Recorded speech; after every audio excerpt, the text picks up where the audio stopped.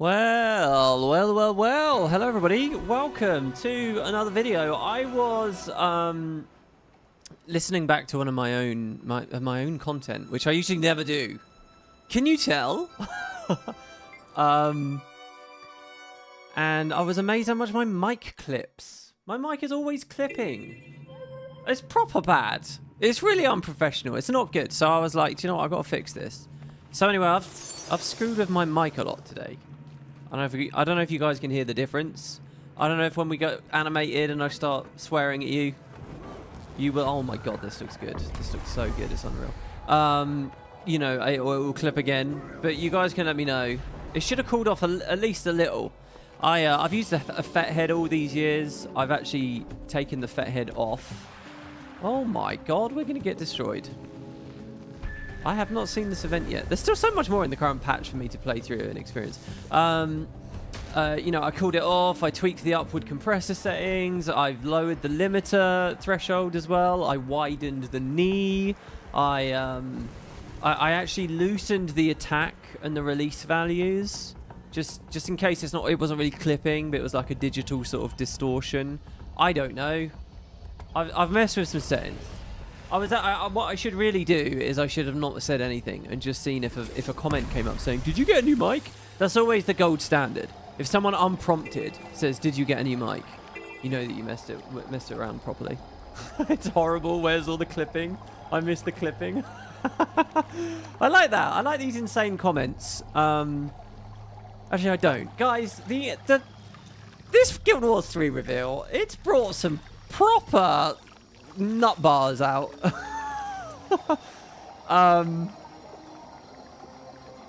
Some of the commentary. I've got a treat for you guys. So today, what are we doing? We are doing a trailer It's not really a trailer reaction. It's an interview reaction, which is going to be weird. Because it's like 10 minutes of me just watching and commenting on IGN's content, which feels totally wrong and weird to me. But I think my head is like stuck in 2010, 2011, right?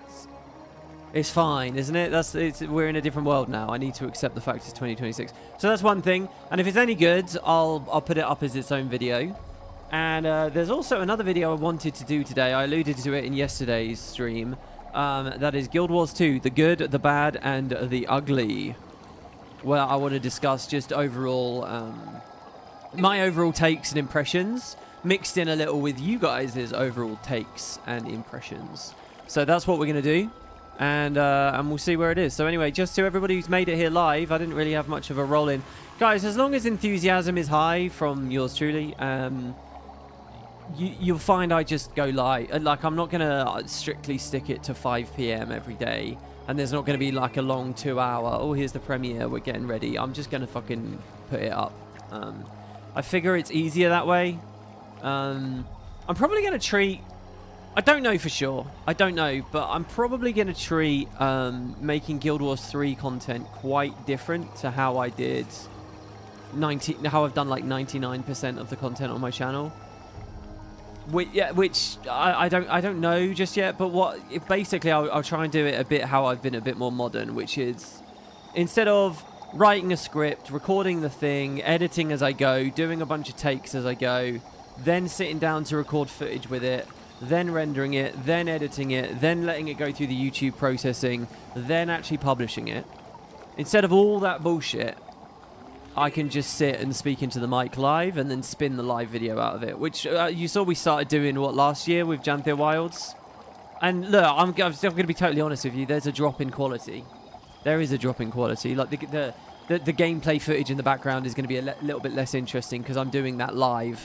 You know, there'll be flubs.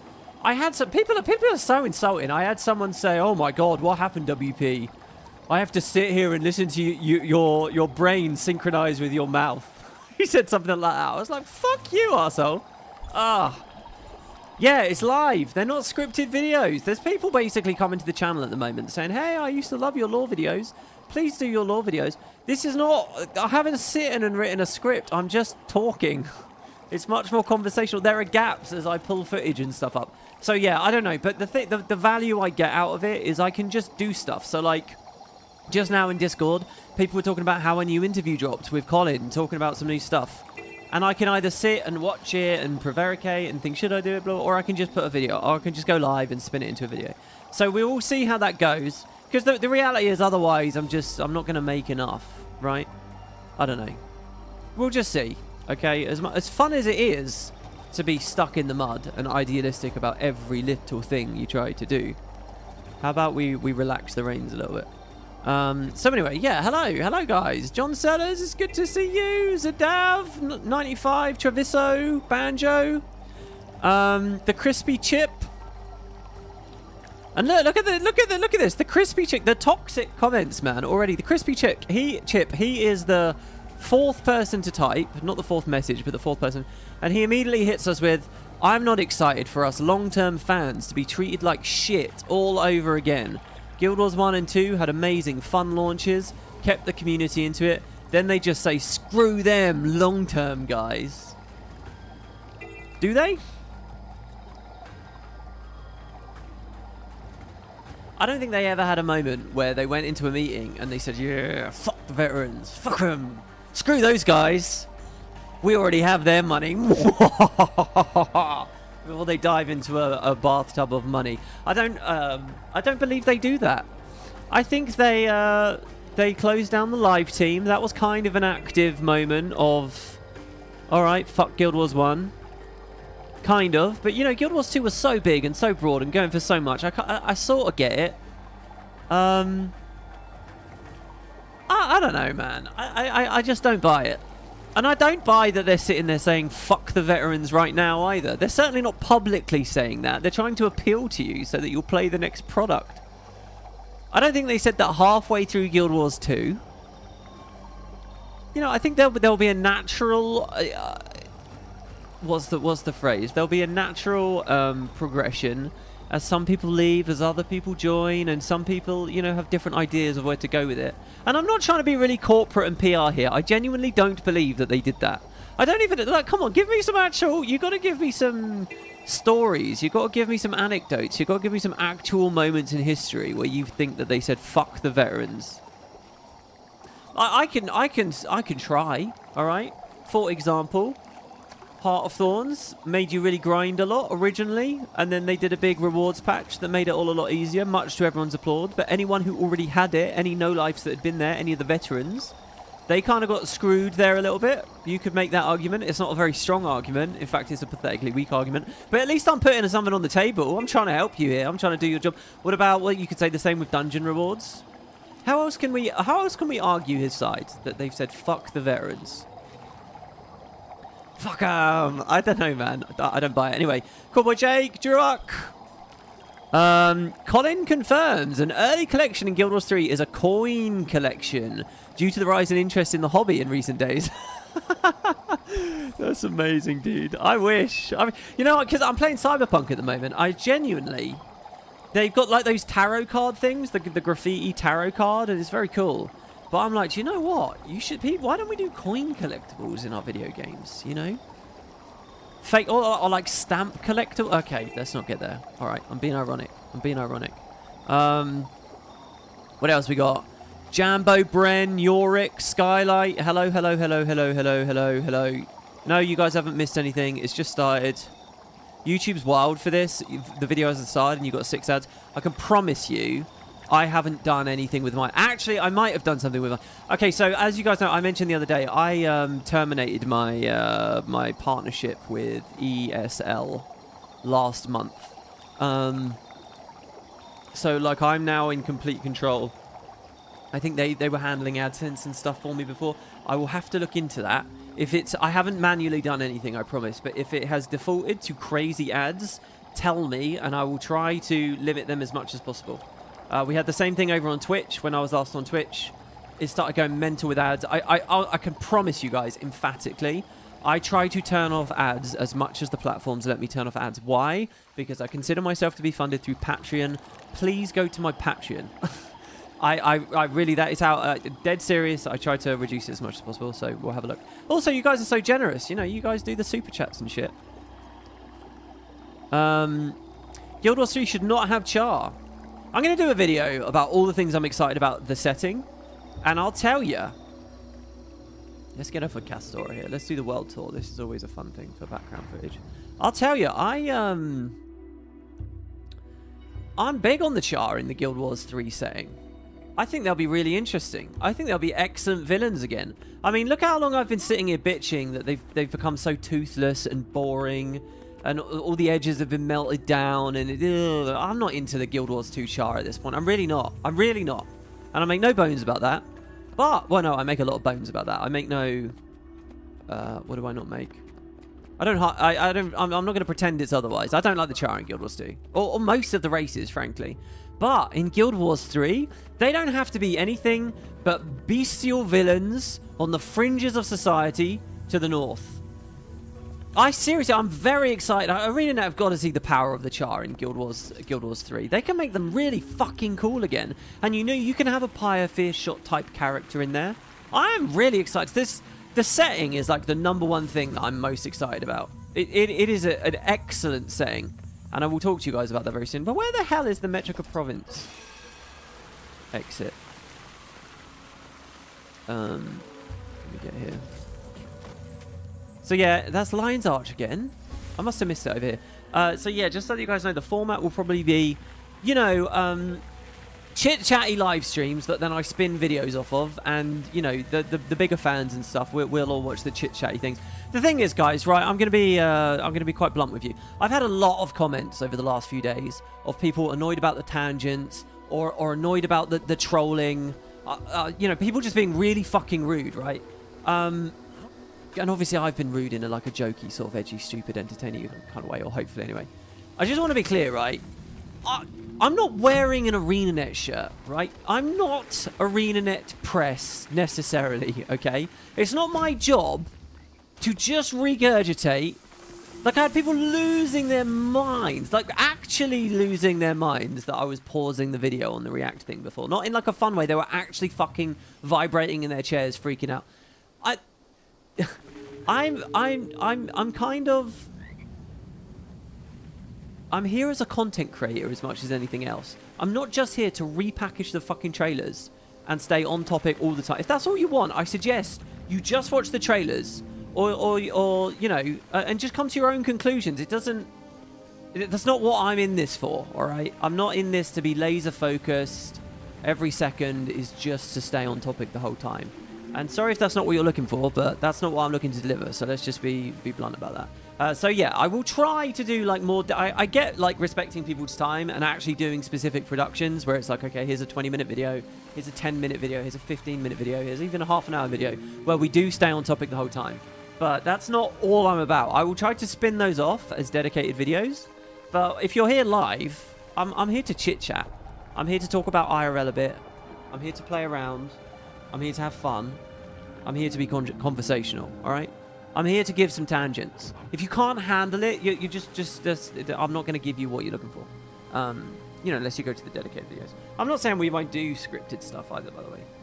But yeah, I just wanted to get that off my chest because there seems to be some weird expectation from me on some of that stuff. And maybe that's something I built up myself, you know, in the years prior, where I felt it was enough to just repackage what the corporation is putting out, but I find that really soulless and empty and just it sort of kills me inside a little bit. So I don't want to do that, just that.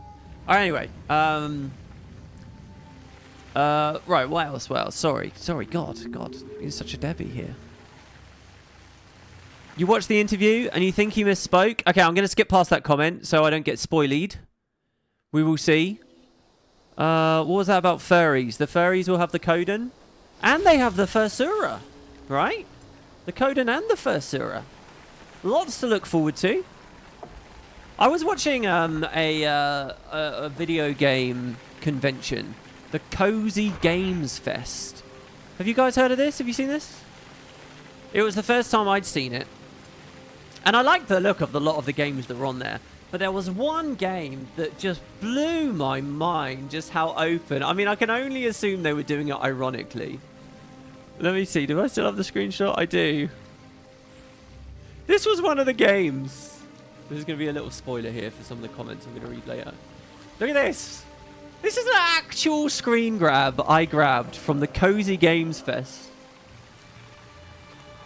People say it's not real dating unless it's interspecies. And you can't see it behind the text there. But that's like a rabbit girl with like chunky thighs in like denim short shorts. Like sitting on a chair, like you can like vaguely see up her legs or something, I think. And I was like, what is it? That's a barber game. That's a game about like cutting people's hair. But what's it called? It's called Beast Folk Barber. And I was like, oh man, this is where the Persona people are at, I guess, right? Just insane. Yeah, they had a few good games. There were like at least 3 games themed around frogs. Anthropomorphic animals are big in the cozy genre, it seems to me. I don't know. It was nice and it was cute, and I liked the soundtracks and I liked the art style. Some of them were especially good. Novel, sorry. Some of them were especially fresh and novel. But I view like pushing the boundaries and being fresh and being novel very, very highly. And so much of it just, I'm sorry. I hate that I'm going to say this because I'm falling into the internet trap. But so much of it was just like derivative Stardew slop. That's all I can describe it as. There seems to be such a huge engine out there of people that will play a game and then their ambition in life is to make the exact same fucking thing, just like slightly tweaked. And you know, these game festivals are kind of weird to me. I don't know, like I got the vibe at SGF, I got the vibe at the Game Awards, especially the Game Awards last year. It's kind of a horrible format, really. It sort of does a disservice to the art because they all blend together when you're just watching like a barrage of like 90 seconds on this game, and then 90 seconds on this game, and then 90 seconds on this game, and then 90 seconds on this game.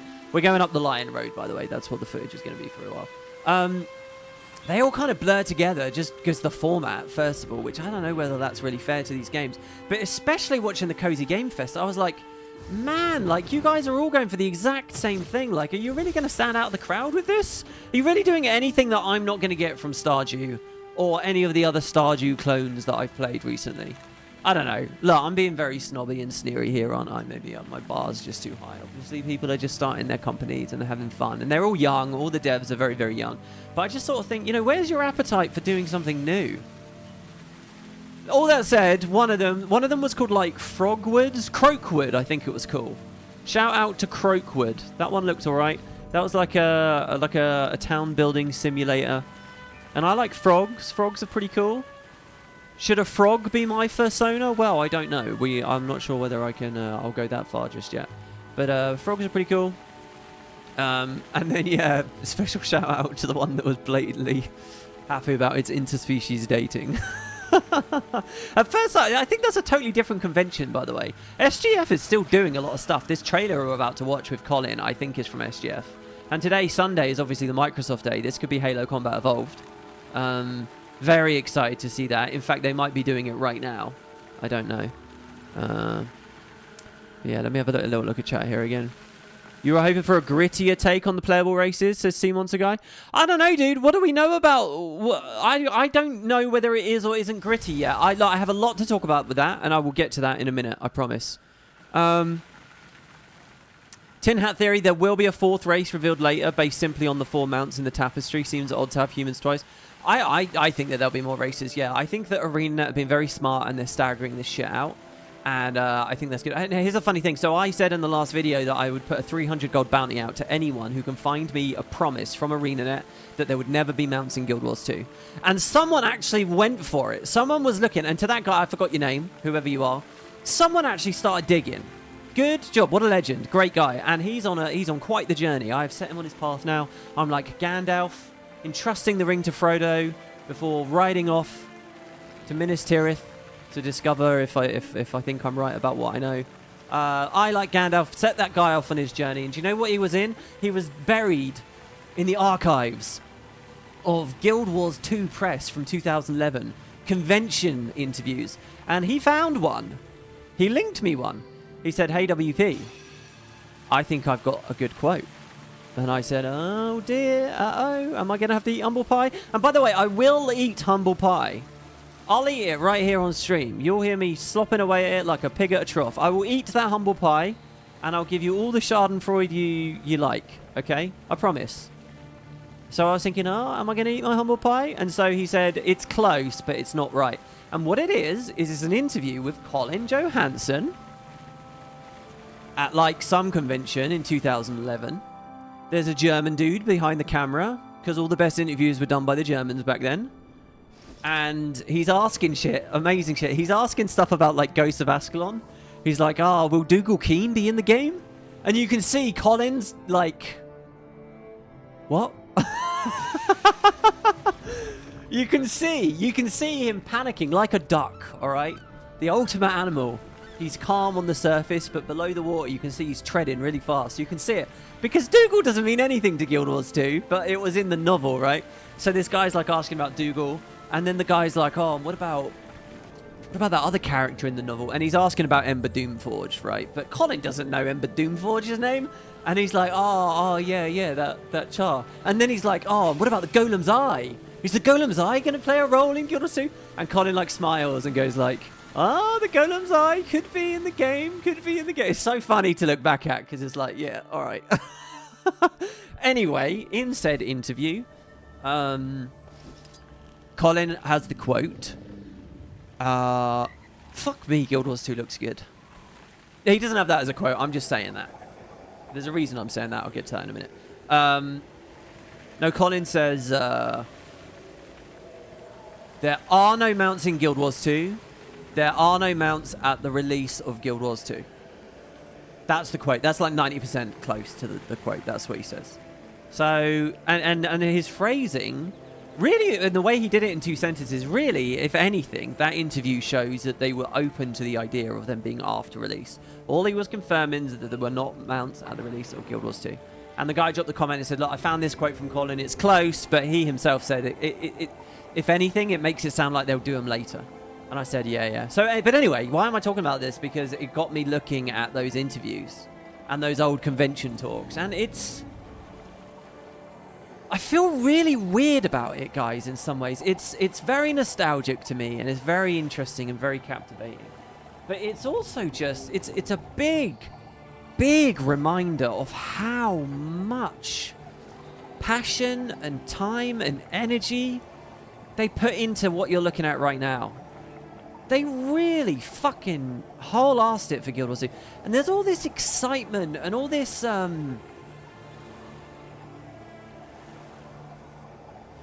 anticipation and just like, this is it, man. This is the MMO.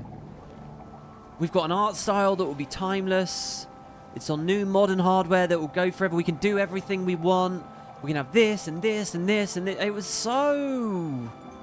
And look, I get it, I'm biased, and there's like a bit of youthful naivety mixed in with that, but you go back and watch that stuff, and it feels kind of horrible, in a way, to sit here now in 2026, and yes, I know they're not replacing Guild Wars 2, but to see how so many of those plans aren't exciting anymore, or sort of happened and then stopped, or aren't enough for people, or it's just there's a weird tinge of sadness to watching all of it that I just can't get over as I watch it. And I invite you guys to go back. Just look, I know you have lives.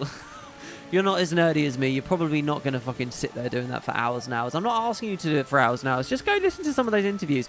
This is really weird. And so anyway, why I'm talking about it now, someone just mentioned another race. It was intriguing because in one of these interviews, it might have even been the same one, Colin basically says... someone's asked, hey, when are you doing the next profession? I think they say, when are you doing the 8th profession?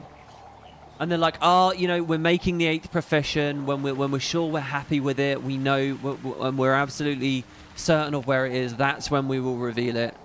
And, we'll be having feedback and testing and stuff like that. And they were keeping tight-lipped about it.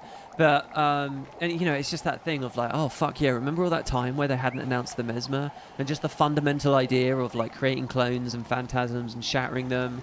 And it just reminds me of, like, the early metas and what that felt like in PvE and the early metas and what that felt like in PvP. And then how it all changed with Heart of Thorns and it morphed and it tweaked to whatever the fuck it is now. It's really weird. It's just a strange sort of feeling. But anyway, the fundamental point I'm trying to make is that they'll do the same with the release of Guild Wars 3. I think they'll drip feed the classes and the races as they actively develop them and work on them, and the game proceeds. I think there will be more than what we see in that trailer. There were no Char in that trailer. There's actually a character that looks a lot like a Char in that trailer, but I don't know whether it really is one, but I'm pretty sure they'll be in the game. If not at launch, certainly later. It's sort of like how the Massart would handled in Guild Wars 2. Like people would clamour for them long enough that eventually you'd see them and all that sort of stuff. So yeah, but I think they'll slowly roll that stuff out. What else we got? Oh god, there's too many messages. There's too many. I know. Thanks for the 20 NOK, man. Thank you. Your thoughts or wishes for PvP in Guild Wars 3? Actual Guild Wars? That is a tricky topic that I'm more nervous about spitballing on. It's a really weird topic, isn't it? I have so many thoughts that fall both ways. If I toss that coin, I don't know whether it would land on a heads or a tails. On the reverse or the obverse? I don't know.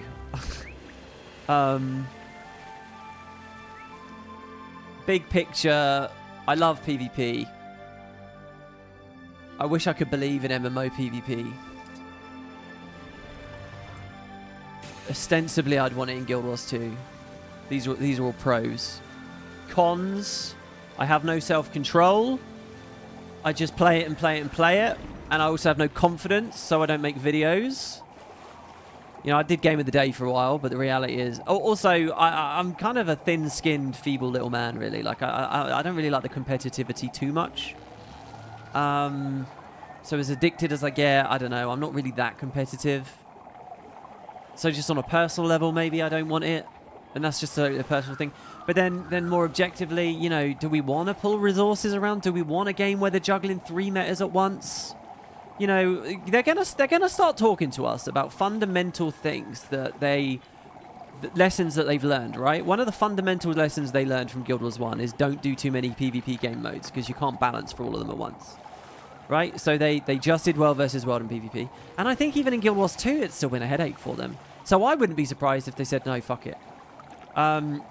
Do we want to split their resources and their dev attention? Do we believe in esports as a part of a game that's otherwise aimed at other things? Do we still believe in that in 2026? Do we? I don't know. I don't know whether we do. Do I approve of their handling of PvP throughout Guild Wars 2? Certainly not. There's been some bright spots here and there. Am I sad to think about excellent, well-crafted metas that got torpedoed as soon as balance patches came in, or sweeping changes as new suites of elite specializations came in, with no ability to return to the previous formats? No. Now, that shit can be built in, right? In fact, I did a video talking about how Guild Wars 1 can do that, how Guild Wars 1 can handle a wild format, or you can freeze a meta in time so that it's always available for people to play and stuff. Will Arenanet do all that shit? I don't know. Do they have the mind there? I don't know. So I don't know on that one. It's a very complicated subject that I'm not settled on right now. Would I advocate for it? If PvP had appeared as a headlining thing in their communication so far, would I have received that positively or negatively? I don't know. Oh, and then GVG. This guy says, I think Guild Wars 3 will have small-scale GVG.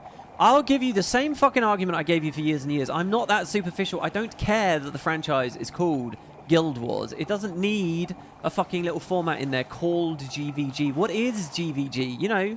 Is it flag running? Is it base v base? Is it like GVG changes depending on the map you're playing on, Like, they could have called Conquest in Guild Wars 2 GVG if they wanted, and all these arguments would have evaporated. But based on what?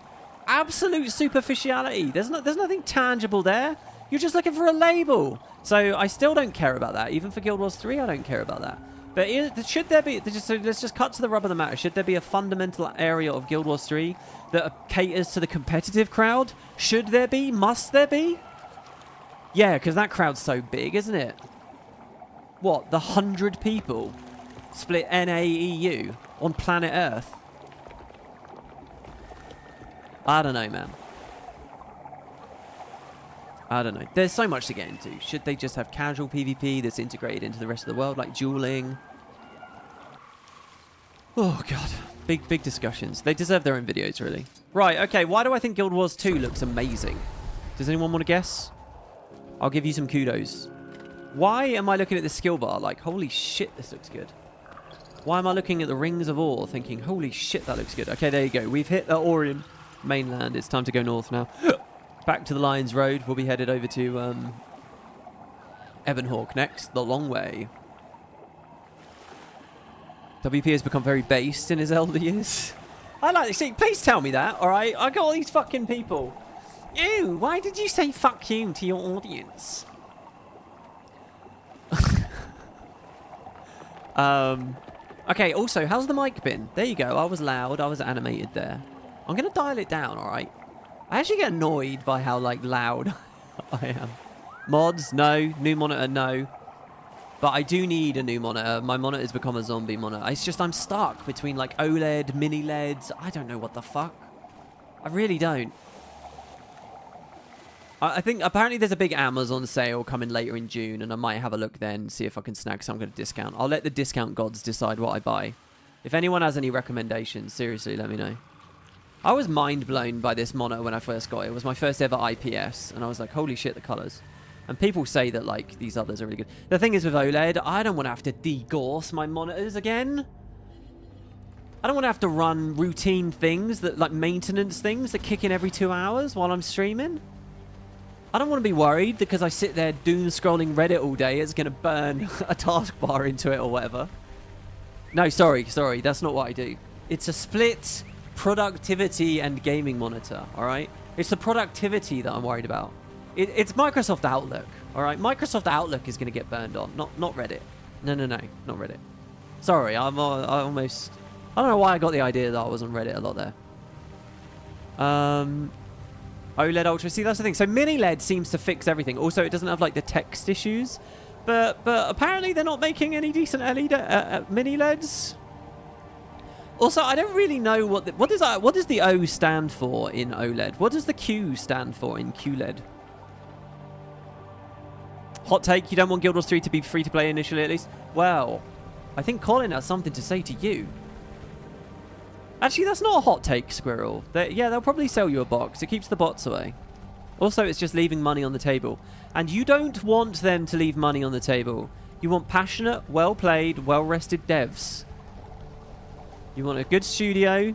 Not an overly expanded studio that expanded too quickly. That's another story, by the way, we haven't talked about. But how they went from, like, 80 people to 300, 400 people when they made Guild Wars 2. And then downsized again. It just stands for organic. Okay, but then what does organic mean in the context of the technology? Can anyone Eli 5 that for me? To be fair, I know that LCD is a liquid crystal display, but I don't know how that really turns into an image on an. You may as well do. That's basically telling me it's magic. These are liquid crystals, and we put electricity into them, and now you can see Guild Wars 2. And it's flat screen. Like, you know the kind of shit I just take for granted as, oh, okay. Yeah, that's fine. That's how that works. It may as well be magic. It's weird. When I move the camera, I see odd black lines around the edges. Shit, like a black shimmer when I'm doing that, which I've never seen before. No, none of you have got the reason. I'm loving the look of the game right now. Well, someone might have and I missed it. So, yeah, you tell me it's organic OLED. Oh, does it have flesh in it? Is it got a brain? Alright, that's a bit much. Yeah, we tricked electricity. We tricked rocks into thinking. I hate Rowan's there. Rowan's been talking to me about OLEDs for like at least 2 years. He got one, what, 2 years ago? It means the pixels degrade over time. Oh, and they just sort of owned that as a part of the marketing. Oh, here's the other problem. I told Rowan the other day that I was thinking about mini LED. And he said, yeah, mini LEDs are a good shout. But I also read, guys... I read that in the UK, it's not easy to buy mini LED because they require like ludicrous power or something. Ludicrous power, and that is and it's like against UK electrical standards or something. Has anyone in the UK got a mini LED? You have a magic stone in your pocket. You can peer all the knowledge of the world, but it also shows the horrors. No, that's wrong.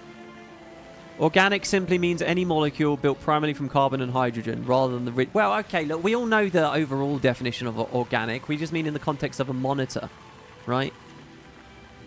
Oh, there you go. Boom, Banjo got it. It's about my glasses. Guys. All right, you've heard the coin anecdotes. It's time to give you an even more thrilling topic. Glasses. All right, here's my story. Oh, that was one thing I didn't like about the Cozy Games Fest. They kept coming out with these cringy lines that were just so fucking weird and lame. It was stuff like, vulnerability is strength. Never forget that. And I was like, no, it's not. It is so not. It can be confidence if you're vulnerable to the world and you show it. There's some confidence and that's respectable. But it's not strength. And it was like, rest is productivity. I was like, no, it's not. I don't know. There was just a weird vibe to a lot of that stream. Anyway, sorry. Yes, glasses. Here's my story. Here's my journey. My journey is that when I was a little boy, it was discovered I needed glasses. And so when I was a little boy, listen, I'll tell you guys something now, right? And I'm not joking. I could have been Harry Potter. I could have been Harry Potter. I was the right age, all right? I was the right nationality. I was the right ethnicity. And I wore Harry Potter glasses, all right? I'm talking a cute little boy wearing his little glasses. It could have been me. All right, Daniel Radcliffe, if you're out there. It should have been me. Now, we'll gloss over the fact that I didn't start reading the books until after the first movie came out, all right? We'll gloss over that tiny little detail. All right, and I think Daniel Radcliffe is actually like 2 or 3 years older than me. But whatever, okay? I could have been Harry Potter. And in fact, I'm so hung up on that I applied to be Harry Potter in my mid-30s for the new HBO series recently, and they said no. I can understand it a little bit more now. Did I have the scar? I didn't have the scar, but they paint that on. All right, that's not a problem. Did I have the acting chops? No, but then neither did Dan. Do you know the other person that everyone thought was going to be Harry Potter? It was that kid from Modern Family. Did you guys ever watch Modern Family? But I think he was even older. But he was like the favorite at the time. Anyway, right, so I wore glasses. But I was always nervous about my glasses. I never really felt very good about wearing them. So I sort of stopped as a teenager. But I not just because of vanity, but I genuinely thought I didn't really need them anymore. That must have been wrong. I don't know. Oh, God. I have to tell you guys, I'm dog sitting at the moment, and the dog is going mental downstairs right now. Absolutely mental. Thankfully, for all the streams and things I've done recently, he's been quiet, which I've been very happy about. But I think I've pushed my luck enough now that he's going crazy. All right, well, whatever. We'll just gloss past that. Hopefully you guys can't hear in the mic. I may have to go down and check on him at some point. I stopped wearing them. Then when I was in my early 20s and learning to drive, I realized I couldn't see license plates, and I got my glasses, my recent glasses. If you guys have met me at conventions or on press things or anything like that, those are the glasses that I've been wearing. Anyway, so over the past few years, I've noticed that I think my vision's been getting worse. I recently went to the and even maybe sitting at the monitor, arm's length away from me, it was maybe I lost a bit of clarity, I thought maybe. And my glasses weren't quite good enough. Like I was tilting them and looking through the lens and noticing it looked better if I tilted the lens. So I went to the opticians. I had my eye test. I bought the glasses. I bought them today. I've got 2 pairs. They are so fucking good. So I tell you this long story, not to pad for time, but just to articulate. I've had a couple of moments in my life where I've gone from not wearing to wearing. I've just gone from wearing to wearing. And these new glasses I've got are so good. I can see things so clearly. Everything looks astounding. I went to Sainsbury's earlier. Not because I was particularly hungry or needed to do any shopping, but just because it was on the walk home wearing my glasses. I was like, fuck it, I'm going to just go buy something and just look around, because there was just all the bricks, all the leaves, all the grass, I can read shit miles away, tiny text fucking miles away. I feel like a fucking superhero. It's insane. And even now, sitting here playing Guild Wars 2, I'm still wearing them. I'm going to wear them permanently now. Fuck the whole short-sighted thing. And I really am just short-sighted. But even here, there's an improvement. I'm like, this looks sick. This looks so good. So look, just a little recommendation to any of you guys. Seriously, just go get an eye test. Check it out. Try it. I know if you've never worn glasses, you probably think of yourself as someone who doesn't or shouldn't, and it makes you nervous about your own sense of identity or whatever. Fuck all that. All right, go get an eye test. They might discover you're a little bit short-sighted. My numbers are like -1, by the way. They're not that major. I went from -0.25 to -1. It's not very big. And I think I have very slight astigmatism. But this new prescription is epic. I want to like find the guy, the optician or optometrist that did my thing like last week. I want to give him a hug or something. This shit's crazy. This shit's amazing. All right, and you can have it too. You probably don't realize it, but a lot of us, it decays a little bit over time. So go for it. So there you go. Look, that's my little anecdote about glasses. I bought 2 pairs. I'm a little bit disappointed in one of them. They're much less comfortable than I thought they were. And I wish I'd realized that in the shop, and I wish I'd been a bit more careful. But this pair I'm currently wearing now. They're amazing. So good. So yeah, anyway, so I feel like I'm looking at a whole new monitor right now, a crisper, cleaner monitor. And how does this help us for our content and our streaming? What it means is I won't miss stuff on screen anymore, guys, right? I won't have the tunnel vision. I won't have the blindness. I'll see everything. My perception... okay, let's be real. I'll still miss stuff. I had a comment. I've had a lot of just nasty fucking comments, man. I had someone who went, "What the fuck, WP? Washed. How can't he see Lissa?" I could see Lissa. I saw Lissa immediately. Lissa was the one I was 100% confident in. Right? Not noticing that one of the ribbony things was a scythe is not the same as not knowing who the fuck Doom and Grenth are. Alright? It's not the same thing. You have regrets with LASIK fading over 3 years and glare, dry eye. Yeah, I've heard that those are all problems. The thing is with me, again, as I mentioned in another stream, if I get LASIK in like another 10, 15 years, when my close-up vision decays, which happens to everyone, I'm going to need reading glasses. If I don't get LASIK, I won't need reading glasses. Being short-sighted literally means my eyes are naturally... like I'm not using my muscles... and I'm not like squeezing the lens or anything to see stuff close up. They just naturally see stuff close up. The shape of the eye is a benefit to me. So if I get LASIK, that goes away, and it's like, okay, what do you want to do? Do you want to spend money and have surgery and have the potential downsides of LASIK for 10 years totally glasses free, and then just have to go to reading glasses anyway? Or you can just do it this way and never need reading glasses. So fuck it. All right, there you go. Okay, speaking of Doom, so shall we do it? There you go. There's Waffle with WP. I'm missing comments. Oh god. Your glasses are thicker than the width of your pinky. Yeah, these are so thin as well. Like all the materials and shit they're using, they're so good. You had that sensation when having your ears cleaned? You felt like you had super hearing? Dude, I've just done both back to back. I've just had ear cleaning and I've had eyes. What's next? That is the question. What is next? I know what's next, but next isn't fun. Next is going to the dentist. And there's no superpowers coming from going to the dentist. Here's what's going to happen. I'm going to go to the dentist, and they're going to say, you should floss more. And I'm going to say, but floss, my teeth are really close together, and it makes my gums bleed. And they're going to say, yeah, but your gums stop bleeding after a while. And I'll say, okay, I'll try. And then I'll go home. And then for a few weeks, I'll try to get the habit going, and then it will fall apart. And then that'll be it. Until I see the dentist again. Which it could be worse. I could have toothache and I could need fucking fillings and stuff, so. But there's no superpower there. It's not like my chomp ability will improve.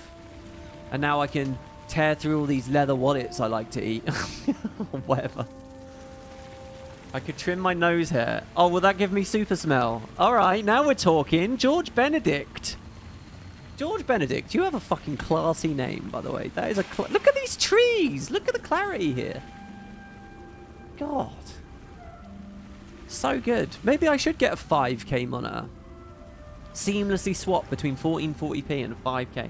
Maybe I will see the difference with the increased PPI. Too real WP? Yeah, ... Get a water flosser. I tried a water flosser years ago, and it was very gimmicky and messy and annoying to clean, and it was clutter. And one thing I cannot abide as an adult is clutter around the house, especially in the bathroom. By that, I mean wobbly shit that if you accidentally touch in the wrong way, it falls over.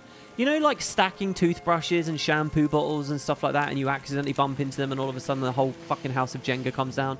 So you feel like a bull in a china shop in your own house. I cannot abide by that. I refuse to live like that. And the water flosser was a bit like that. However, what I will say is, if and when I get my own, like actually buy a place, all right? Because the thing is, when you live your life renting places, you can't get work done. It fucking sucks, man. But I really like the idea of, you know, sometimes they actually plumb the water flosser into the sink. You can actually get it plumbed into the sink. It's not that expensive. It's not that bad. If any of you guys watching this own your own places, check that shit out. And then it's actually like a little, what do they call? What are those like metallic cable things, tubes that snap back when you release them? I'm sure you guys know what I mean. The word is escaping me right now. But yeah, and that is no fuss, no mess, really powerful. They're incredible. So I would be all about water flossing if I had one of those. And then you could just change the tip if, you know, multiple people are living there. You know, one guy, just like you would have a different toothbrush for different people. Right, there we go. We've explored all of Guild Wars 2, and that's honestly been a real treat for me. Should we move on to Guild Wars 3? Should we do it?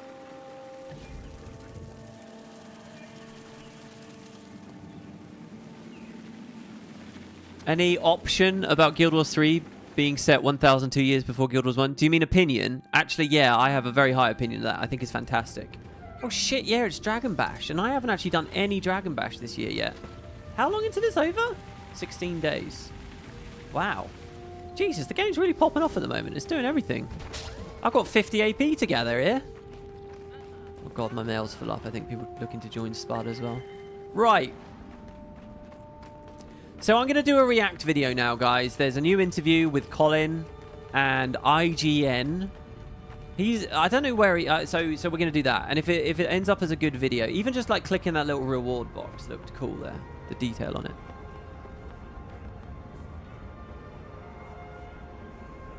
So let's turn this shiz on. Now, how do I want to do this so that I can see you guys? I don't want a full screen. Do I want a full screen? Maybe I do want a full screen. I think I want a full screen. Okay, I'm going to put live chat over on the right. I'm going to move this over here. And I'm going to check that this works. Boom. There you go. Check this out. Again, I feel really weird about this. This is a thing people do. It's gone up to 10k views while I've been talking. 10k. No festivals in Guild Wars 3, so people have to come back. That's an interesting idea. Yeah, so they say here... Oh, wait. Okay, hold on. I'm going to do an intro.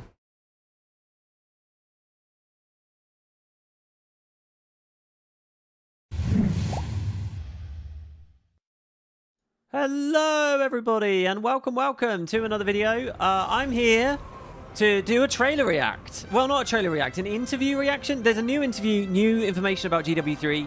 I'm originally recording this just as a part of a YouTube live, and I figure if this is fun and interesting and people actually want to see it, then what I'll do is I'll spin it into a dedicated video. So apparently there's news about Doom or something in here.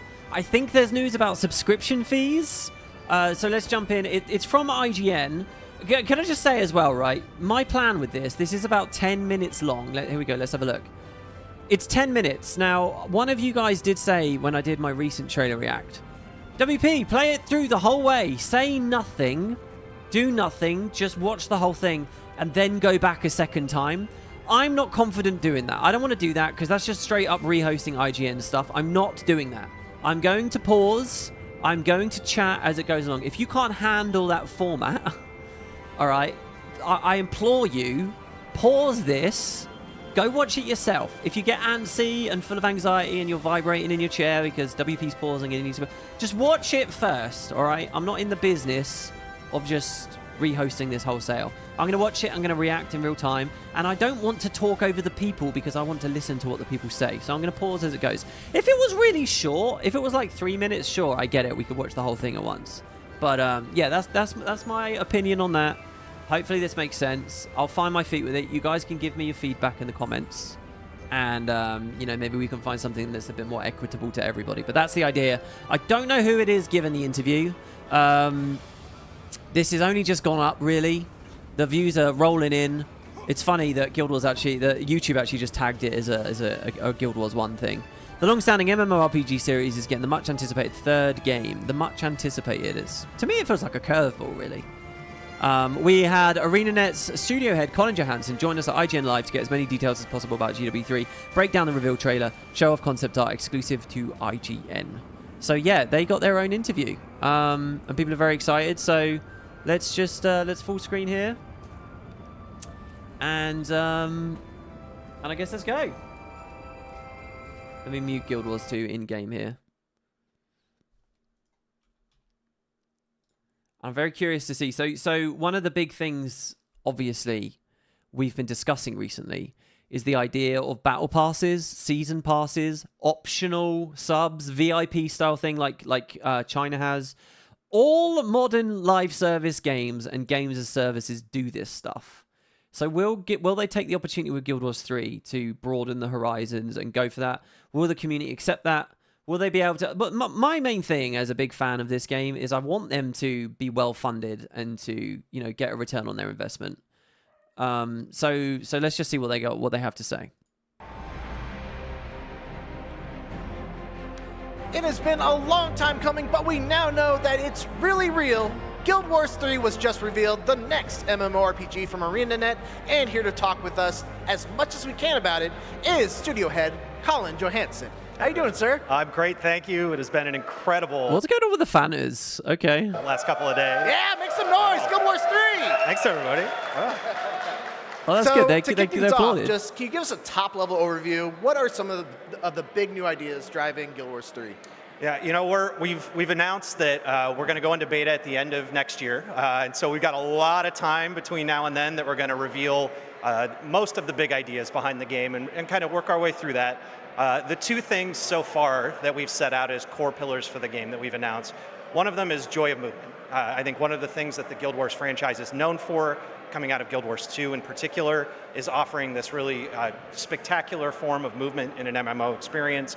And we're really trying to push that even further with Guild Wars 3 and asking the question, can we take some of the elements that you would traditionally find? Oh, it just clocked for me that guy jumping in the trailer is kind of a big part of the joy of movement thing. Like, I get that this is an interesting one, the joy of movement, because they're saying they're trying to push it further. They're trying to do more. Maybe I'm just, you know, uninspired or short-sighted. How do they do better than what they already have in Guild Wars 2? And I'm trying to say that not as too much of a fanboy, but like, the mounts that they have in Guild Wars 2 are incredible. The Griffin handling and flying, right? The Griffin especially. And I know that we've got the Roller Beetle and the Sky Scale and all the Power Creep new stuff with the Skimmer and the Warclaw. But the Griffin, to me, really stands out as just this insane thing. All of the mounts have that little interaction, that momentum-based interaction with combat. Like, look at the Springer. The higher you cannonball and fall to the floor, the more damage you do on the engage. What exactly do they mean? I wonder if it's like...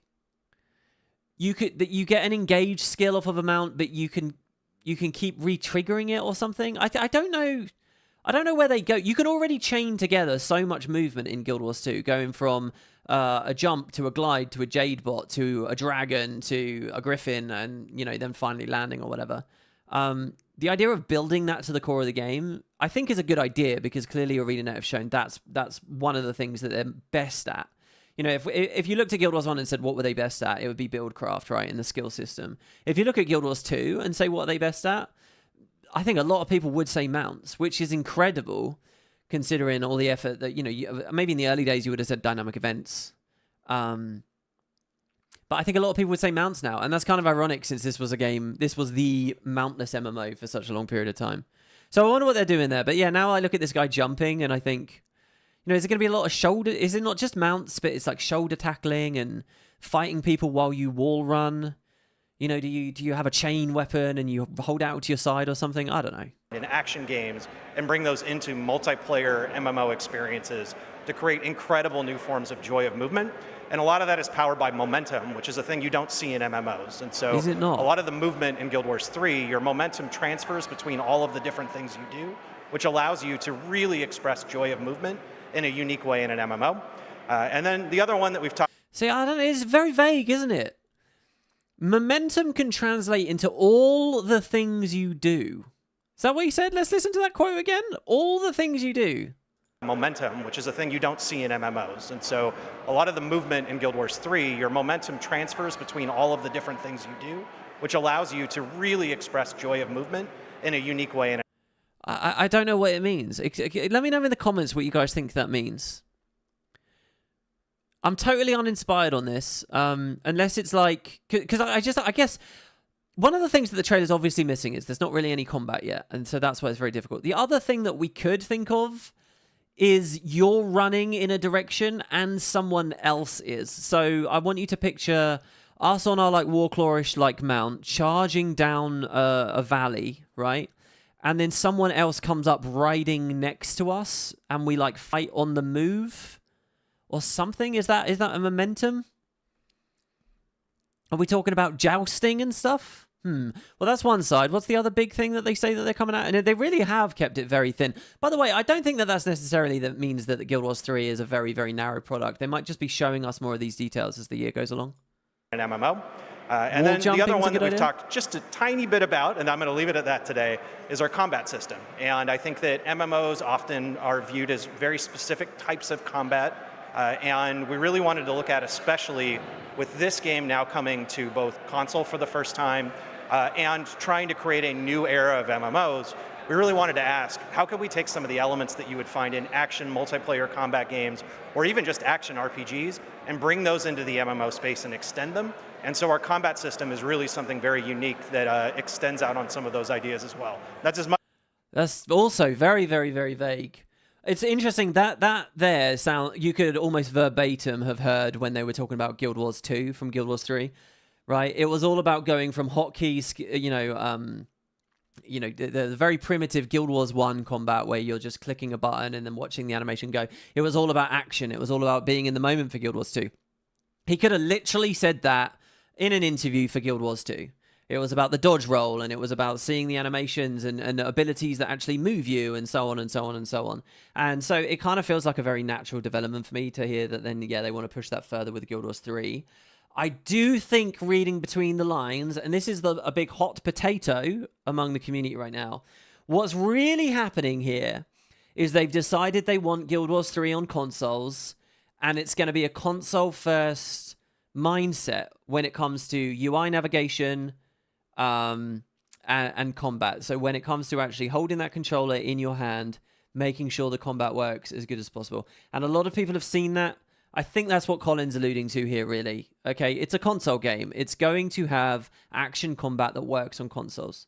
And depending on how much you like the complexity of the previous games and hotkey-based MMOs, you might hate that, right? And it's a conversation that happens in a lot of RPGs. You look at like the Final Fantasy series, going from its traditional combat systems to more Kingdom Heart, button mashy style combat systems. A lot of people lament the loss of that. I think these are things to watch, right? Not to be total debbies, but I think they are things to watch as we go forward. And I think that's what he's talking about here. Listen to this again and just think about it from the perspective of, okay, they've made a combat system that works on controller. Both console for the first time. Wait, go back a bit more. Combat. The other one that we've talked just a tiny bit about, and I'm going to leave it at that today, is our combat system. And I think that MMOs often are viewed as very specific types of combat. And we really wanted to look at, especially with this game now coming to both console for the first time, so he thinks of console very early, trying to create a new era of MMOs, we really wanted to ask, how could we take some of the elements that you would find in action multiplayer combat games, or even just action RPGs, and bring those into the MMO space and extend them? And so our combat system is really something very unique that extends out on some of those ideas as well. That's as much as I'm going to say right now. And of course, a big part of this conversation is Final Fantasy XIV, which has a very complex combat system that was originally made for mouse and keyboard that they have actually successfully mapped onto controls. Someone left me an amazing comment the other day saying like 50% of Final Fantasy XIV players are now on controller. And, some people take that as a great success story and say, look, you can have brilliant combat. I've seen other people arguing that, they've dumbed the dungeons down, they've homogenized the skills, they've added a lot more skill chains just to accommodate for those controllers. So some people look at it as a great success story. Some people look at it as not a success story at all. I've never played 14 on controller, so I couldn't really tell you myself. And I also, by the way, I don't know whether complexity for complexity's sake is either a great thing. But yeah, something to think about. Okay, so that's the start. What else we got? A little bit of a tease. So we got the trailer kind of looping here. Can you walk us through what we're seeing in the trailer and what were some of the things that you wanted to convey with this trailer? Yeah, so one of the big things that you'll see there is we're depicting the land of Or, which is an incredible historical place in the history of Guild Wars. The very first Guild Wars took place there. The gods that originated in our world. Hello? Did it? I think that's a little bit of a slip of the tongue. Did he just say that the first Guild Wars took place in Or? Famously did not. That was kind of the whole intrigue. That's why it was so cool to be able to go there in the sequel, because a dragon rose it back up out of the water. It's funny, by the way, I haven't really talked about this on any of my coverage yet, but I always thought of Or as being deserty. I don't know, maybe because of like the Arabic influences or like the Persian influences that were in, the names and the ideas of the buildings and stuff being adjoining onto the Crystal Desert. I always thought it was much more arid, but now we see it as a very, very typical fantasy classic landscape. Let's listen to him again. Did I just mishit that?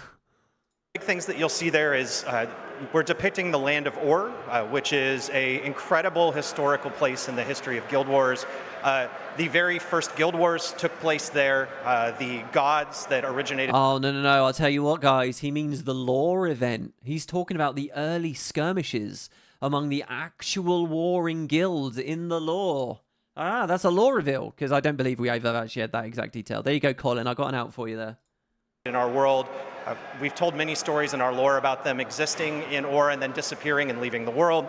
And we're setting this game 1,200 years before Guild Wars 1. Oh, there you go. We get a very specific date there. 1,200 years. Hold on, I just want to point out that's still... Really? 1,200? That's still not right. That's actually post-Exodus, though. Look, guys, I will help you out. This is the hit game Guild Wars 2. And if you look in the story journal, we're currently in 1,325. Currently. So when they say 1,200 years ago, that would be the year 125. After the Exodus. AE. After the Exodus. So the gods would have been long gone already. Which is not so intriguing as a setting. I think it is intriguing as a setting, to be honest. The idea of viewing a nation of these devout people after their own gods have abandoned them. But I don't know whether that's the right format for an MMO. That's the kind of setting that I'd be intrigued by in a novel. Unless they mean 1,200 years before GW1, in which case we can slash the Guild Wars 2 250 off, and now we are before the Exodus again, comfortably before the Exodus. So maybe that's what he means. In fact, oh god, have I just put my foot in my mouth? Is that actually what he said? Before Guild Wars 1? Stories in our lore about them existing in Or and then disappearing and leaving the world. And we're setting this game 1,200 years before Guild Wars 1. Oh, okay, all right. Look, we got there in the end. This is why you shouldn't pause it, WP. Well, look, there I just didn't listen. Just before the first Guild War breaks out, just after one of the gods has been deposed. And we see this as a Oh, okay. Just after one of the gods has been deposed. Really incredible opportunity to go back to a place in our world that there isn't a lot of written history about, but what there is incredibly interesting. And there are a huge amount of the mysteries and the stories behind the entire concept of Guild Wars all originate from this timeline. The other reason that we picked... He said timeline there. He didn't say time, he said timeline. But I think that's just a slip of the tongue, because it doesn't make sense to mean timeline. Okay, so there's a big reveal. So after one of the gods has been deposed, so I'm guessing that this is about Grenth and Doom. If you guys don't remember, in-game, we have each of the big temples. You would have played them for yourself, presumably. You had Balthazar getting your obsidian shards, right? You've got Lyssa over here, the Cathedral of Eternal. I love that. I wonder what they'll do with these in the game, man. And I don't mind if they completely mess with the architecture. You've got Dwayna, the Cathedral of Zephyrs.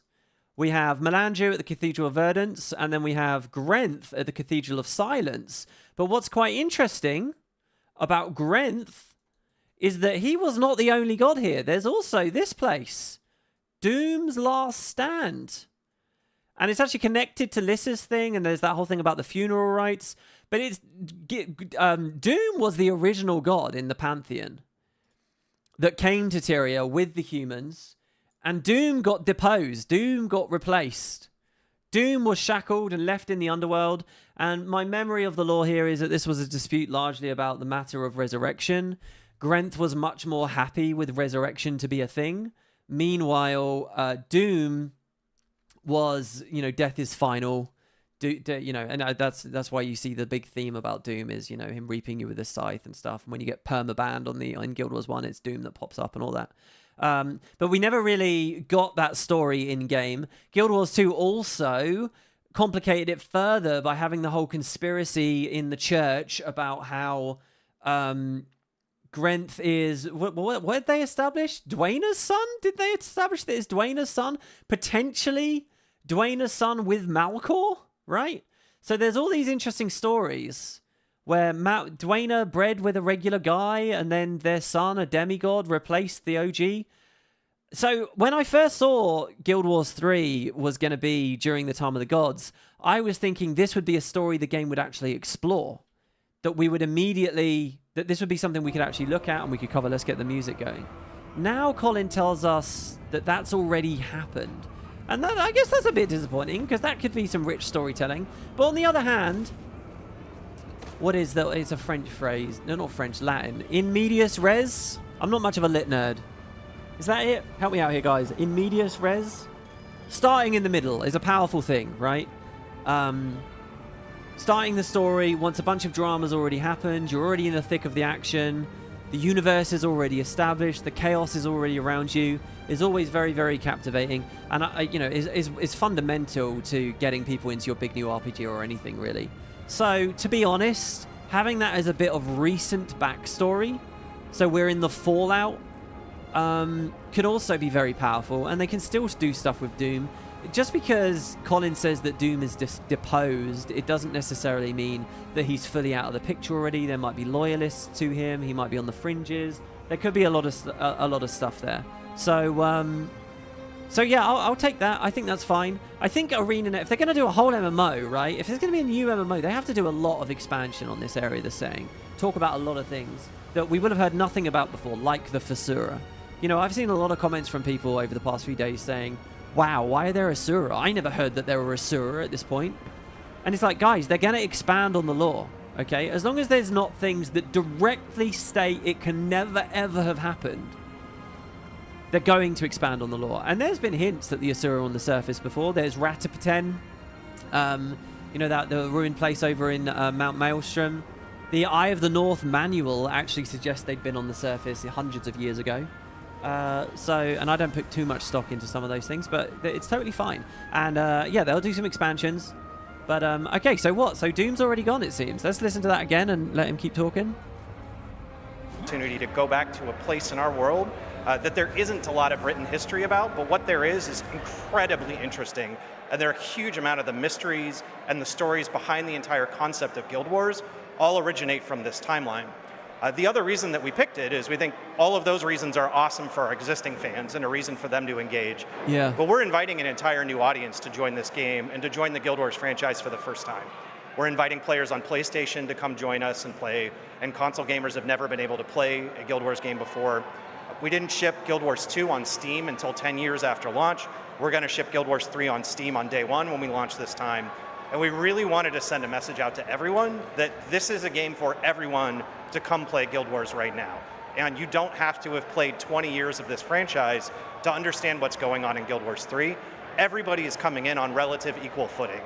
There is just a small amount of recorded history about this timeline, and so all of our new players and all of our existing fans all get to discover the lore and the timeline and the stories all together. And because there's very little that's actually recorded, even though it is set 1,000 plus years in the past, there's an incredible amount of stuff for people to discover and find out and mysteries to unravel that I think is going to be compelling for everybody. And so you're... Yeah, I think this is all the right move. You know, it would, and likewise, if they were going to do a Guild Wars 3 in the future, they would have picked a similarly huge time jump, 1,000 years, which would have given them a seriously blank slate. We don't have any prophecies about 1,000 years from now or whatever, or 10,000 years in the future or whatever. I think they've got really good... There's so many cool things for us to geek out about. We can geek out about the Marganites nearby. We can wonder what the Char are up to, what the Norn are up to. We can talk about, you know, what the gods are doing and stuff specific to Ore. There's a lot in there, but nobody needs to know. And look, I know that him going on and on about that there doesn't sound that interesting to us as veterans. But if we want the scene to grow, it needs to seem accessible to those new players. Yeah, people in chat as well talking about Abaddon too. Could it be Abaddon that's deposed? It depends on the exact year they pick. But given he just said 1,200 and Guild Wars 1 is the point, it has to be before the Exodus, surely, right? Abaddon, yes, does get deposed as well.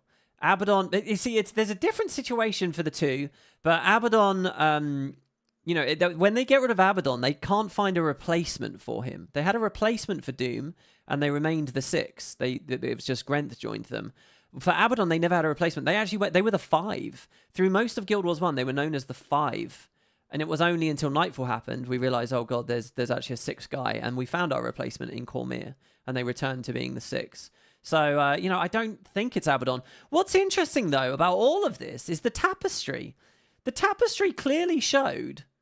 Well, was it clear? The tapestry showed Melandru and Grenth and Lyssa and so on. It did. And it showed Abaddon. Abaddon is there with his tentacles. And in fact, by the way, I just want you guys to know that if you can get access to, like, if you properly download the trailer and you watch it, like I got it from the press site. If you go to the NCSoft Press Bank site and you get the actual trailer, the quality is really good. Watching it locally on my PC after the initial announcements the other day, oh, it's gorgeous. It's exquisite. And so all those tapestry moments, when I looked back at it, it was very, very obvious. Oh, those are Dwayna's wings. That's a big scythe. Abaddon, you can see, is actually holding his scrolls, right? The scrolls of lost knowledge. Really, really, really exciting to see all those details. But then, okay, so then Abaddon's there. So I think he's going to be in the game. And that's amazing too. Oh my God. But then the God of Death that is depicted there, we all kept saying Doom, because he's holding a big scythe. But it could be Grenth that was being shown. Grenth typically isn't associated with scythes, but is in some ways. So maybe it's very odd, isn't it, to set the game in a place where Doom's already deposed, but right there in your primary trailer about it showing off the setting, to have Doom there among the 6. That's quite curious. I wonder. So maybe that was just showing Grenth all along. Let me know what you guys think.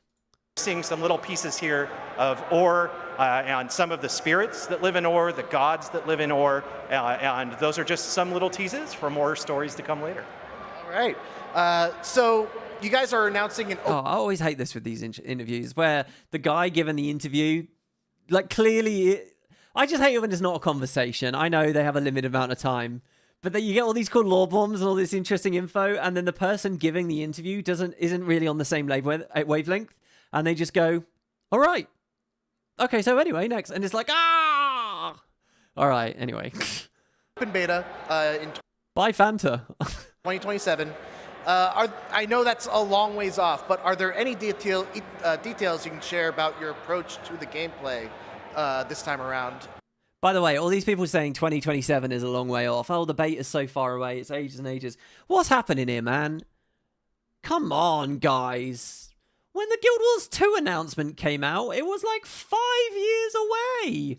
When they started doing, when it was just the movement of the world and stuff in PC Gamer, later than that, when we started getting trailers and they came to convention demos, it was still like 2+. But people can't handle a year and a half? That's like nothing. Come on. That was like when Jantia Wilds came out. I'm fine with this wait. In anticipation for that open beta. I appreciate that. I think I'll take that a little more high level and say one of the really unique things about Arenanet is we have a very unique approach to making new games. And at most studios, when they start making a new game, they think about what is the gameplay that we want to have, what's the story we want to tell, what technology or cool feature do we want to base this game on. And especially in the case when you're making like part 2 or part 3 of a series, oftentimes the question is, what are all the things we're going to carry forward, and then the new feature we'll add to make it cool. And Arenanet has never viewed making games that way. We start with player problems, and we make MMORPGs, so we start by asking, what are all the player problems and frustrations? I think this is quite interesting as well, by the way. They've really owned the idea that they make MMORPGs lately. Have you noticed that? In all these communications, they've been saying, we make MMORPGs. Arenanet is an MMORPG studio. They really want you to know that the next game is massively multiplayer online. It's not like a small thing. It's not Fractals the game. It's not just a hub with little missions, the missions that come off of it, right? And I'm not saying that the scope will necessarily be the same as Guild Wars 2. It might be a smaller scope, and it might be better for that, right? But it is an MMO, and they're unflinchingly saying it's an MMO. It's interesting to me because for years, they didn't even consider Guild Wars 1 to be an MMO. They tried to coin their own term for it, a cooperative online RPG, because of its hub-based nature. But they could have, if they had so chosen, they could have lent into that with all these communications lately. If they really were making a much smaller scoped game for Guild Wars 3, they could have said, well, how can we sell this to our player base? Well, let's point out that Guild Wars 1 wasn't really an MMO, but you loved it. We called it a CORPG. For Guild Wars 2, we've tried a full MMO. For this next game, we're doing... And then they might have said something else. But that's not the communication they've come at us with. They could have easily done that. But no, they've instead decided to say they're all MMOs. We're an MMO company. It's an MMO. And I take heart from that. I think that, obviously this original trailer is very, very narrow. It doesn't show that much. It doesn't show interacting with vendors. It doesn't show combat. It doesn't show a lot of things that you would expect in an MMO. But it is nonetheless a big game. In the genre at this time. And back when we were making Guild Wars 1, one of the big ones was that every online game had a subscription fee. So we set out to make a game that would have no subscription fees, that anyone could play as much or as little as they want, and they could always play with their friends. When we set out to make Guild Wars 2, we wanted to make a giant open world MMO, the scale of all these other games that were out at the time, and solve for the problems that existed in those types of games. And so that's interesting, isn't it? Listen to what I just said, and then what he just said about... What is his example about what is definitive about Guild Wars 2 to him? It is the scale. It is the size. That suggests to me that they're contrasting Guild Wars 3 as something else. It is not about the size. It is not about the scale. And, that's implicit maybe in the fact that we're only in awe. Let's listen to that again. Do you guys know what I mean by that? As much or as little as they want, and they could always play with their friends. When we set out to make Guild Wars 2, we wanted to make a giant open world MMO, the scale of all these other games that were out at the time, and solve for the problems that existed in those types of games.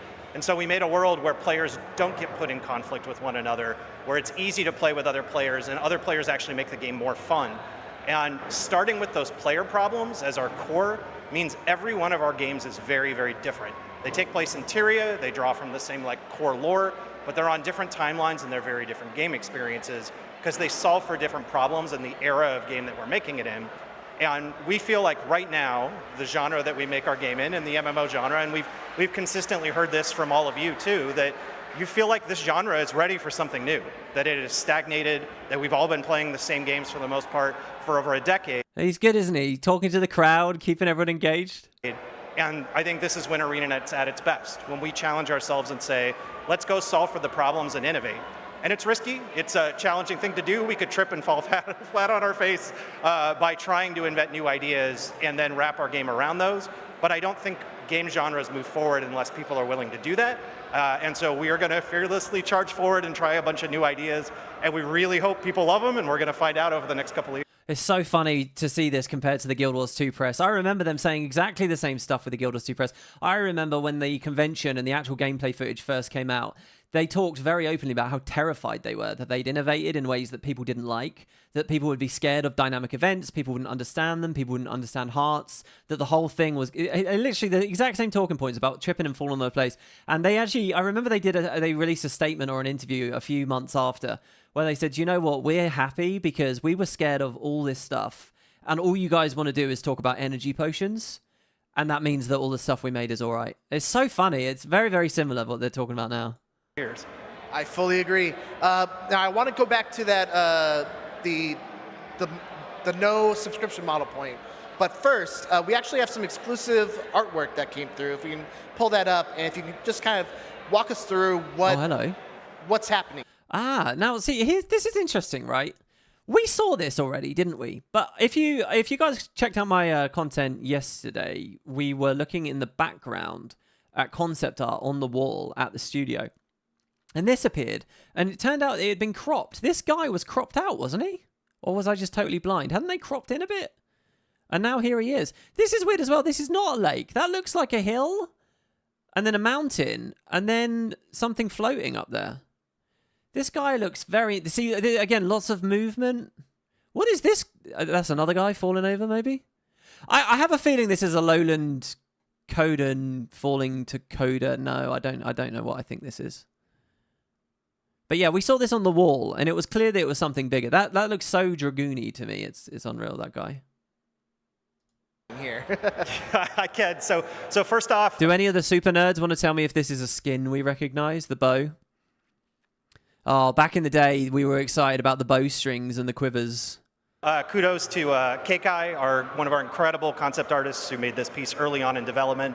And this is really an inspiration piece going back to what are we trying to do with combat in this game? And I mentioned earlier one of our goals is to take elements you would traditionally find more in action games and to try to figure out which of those can make their way into an... I wonder if they're going to scale the combat down in terms of you're only going to have 3 to 5 players or something per boss so that you can see things a bit better. They'll try and keep the visual noise lower. They'll try and keep the FPS lag and stuff lower. Do you think that one of the big things they're going to say we learned from Guild Wars 2 is meta events and open world scale, and we want to focus on a different size? Do you think that that's going to be a big pain point they're going to tackle? MMO experience. We started from the very beginning having this game be playable both on a controller. Of course, there's a question, can Unreal Engine 5 even support stuff on the scale that we see Guild Wars 2 try to hit? And mouse and keyboard, and challenged ourselves, can we make a combat system that feels awesome on both? Which is generally not the case for MMOs. They tend to start as mouse and keyboard and then get ported to a controller later. And a lot of the great inspirations that we could find are single-player RPGs or multiplayer RPGs, but not MMOs so much in that space.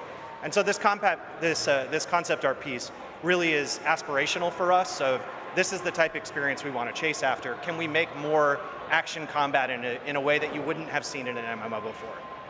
Interesting. You know the game that I think of? You guys remember I did that stream on Black Desert Online when BDO came out? Remember? Oh, that was a good day. I played like a witch or something in that game. I remember barely anything about it. But that was not a hotkey-based MMO, was it? In fact, that was purely combo-oriented. You unlocked new skills, and then you had to do like QE 1-2, and it would cast a specific spell, and it was very brawlery, right? I wonder if Guild Wars 3 is going to be looking at that sort of thing.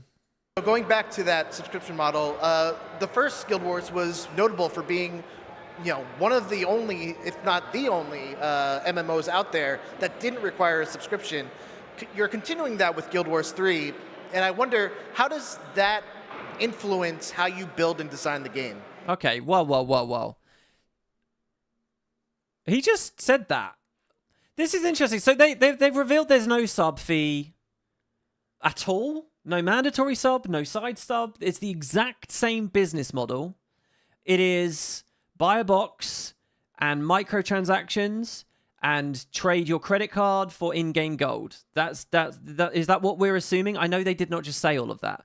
But the assumption here, then, is that we're going the exact same business model for all of its pros and cons. Now, look, I do 100% appreciate, if you scroll down into these comments here, it's people saying, Colin is based, no sub. No, people are really, really, really excited about this. So maybe that is what people are looking for. Let's see what he says. It's a great question. I think you have to think about questions like that fundamentally from the very beginning as you construct your game. And I think we have a very long history at Arenanet. Again, when you start with solving for player problems and making games for players first, it forces us to ask a lot of these questions. How do we make a game that players can play as much or as little as they want?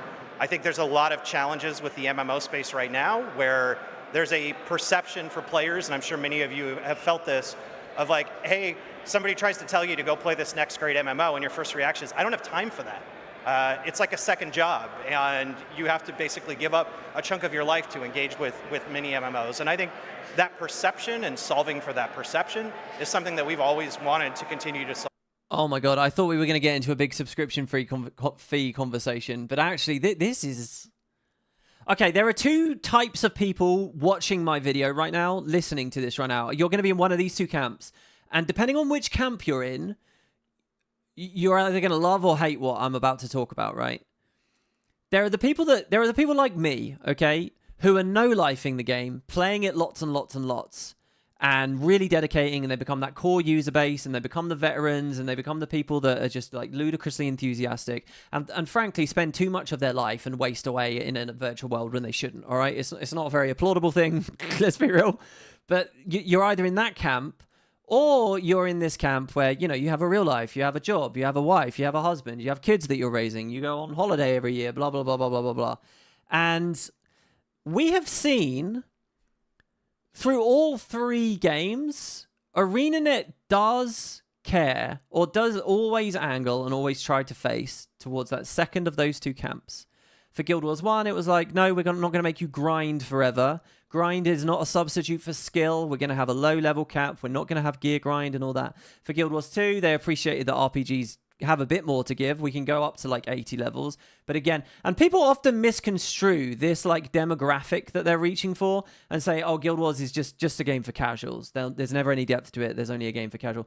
And there's always been this big tension between the two groups. You get into Guild Wars games and then you feel that they empty out, that they don't have anything for you. You're getting really dedicated to it, but because they're focused on people who won't waste their entire lives away, all of a sudden they feel a bit empty. So this is an interesting thing. What Colin's saying here feels completely Guild Wars and completely Arenanet, and there's no change there.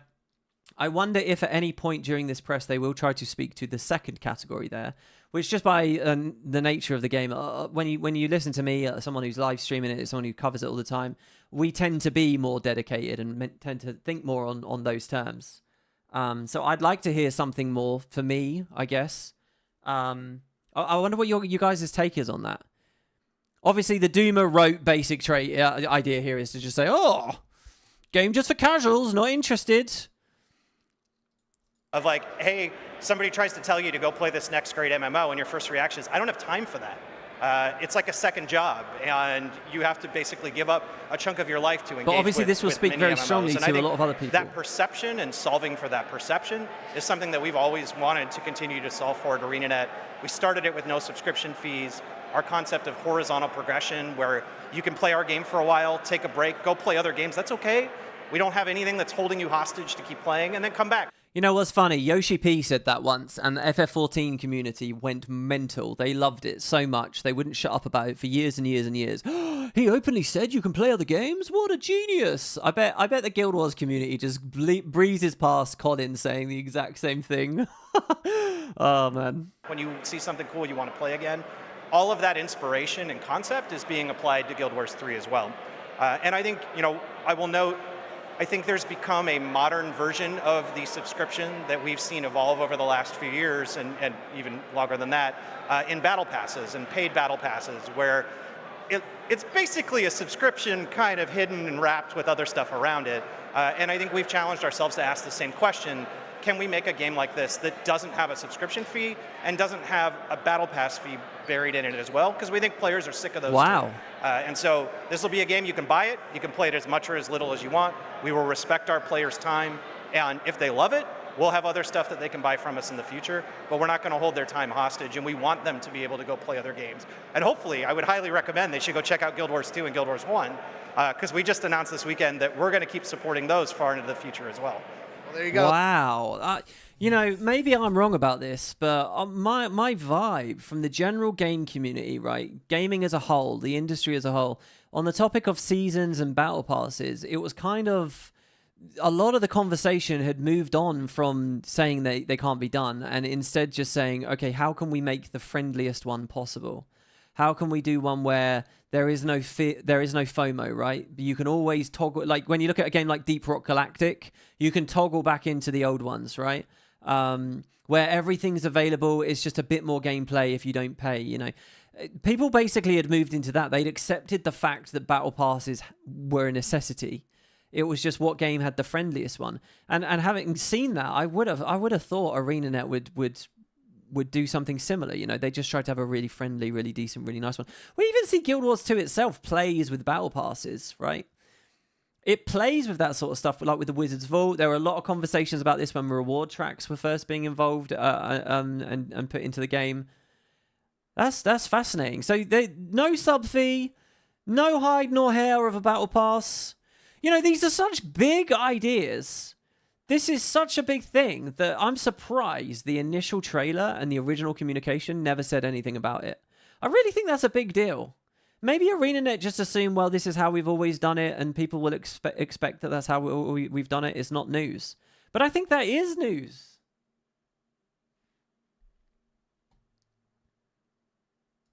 I love to hear that. I have so many questions, but unfortunately, that's all the time we have. So thank you so much to Colin for joining us here at IGN Live to talk all about Guild Wars 3. You can wishlist it now for Steam, PlayStation 5, and register at guildwars3.com for a chance to start playing as soon as the beta begins in fall 2027.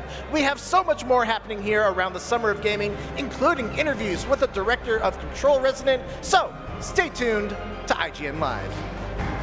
I don't know why we stopped to listen to the outro. There was no way there was going to be anything there. Ah, there you go. Man. They just committed to no battle passes there. Like hard and fast. No point. That's such a lock-in. That's such a moment. You know, because imagine in the year is 2032. They're struggling or whatever. They decide, you know what, we're going to give it a shot. No, you can't do that. You sold the game on the promise of no battle passes, no seasons. If they end up doing a battle pass or a season by any other name, oof. There's a lot to think about there, guys.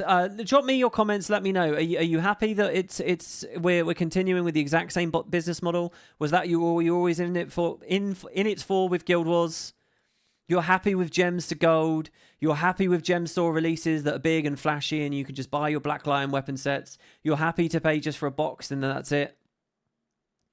Or were you hoping they would take this opportunity to shake it up a little bit? Of course, that's pretty cool with the lore information there as well. Very interesting that one of the gods has been deposed. I do think that they're talking about Doom, not Abaddon. And yeah, they're kind of the two big main things there, aren't they? Well, thank you very much for watching, guys. Hope you enjoyed.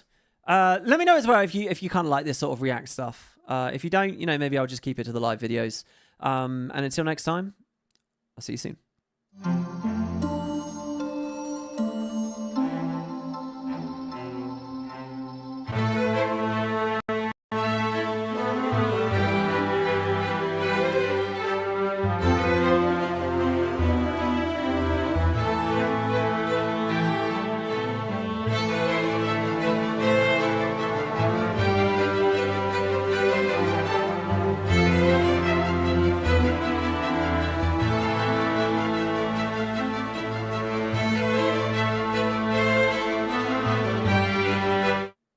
Yeah, but Black Lion keys are another thing as well. Yeah, I feel like a complete wanker, or like I feel like I'm a dickhead or something. I feel like I'm an inobjective nerd that spent too long with the game and has lost touch with what the regular consumer wants. Because my gut really is like, I don't fucking like Black Lion chests. I don't like Black Lion keys. I don't like paying for gold in game. And I know that you can opt out of doing those things, right? So it's kind of, in some ways, it's sort of petty, but in other ways, the whole economy and the player experience is built around it. You know, they have hordes of people making fun, fancy new skins, and they're very rarely earnable in game. They're earnable only in the gem store. There's a lot of stuff over the years that has just made me, it's really put me off of microtransactions first as a monetization model. That it just has.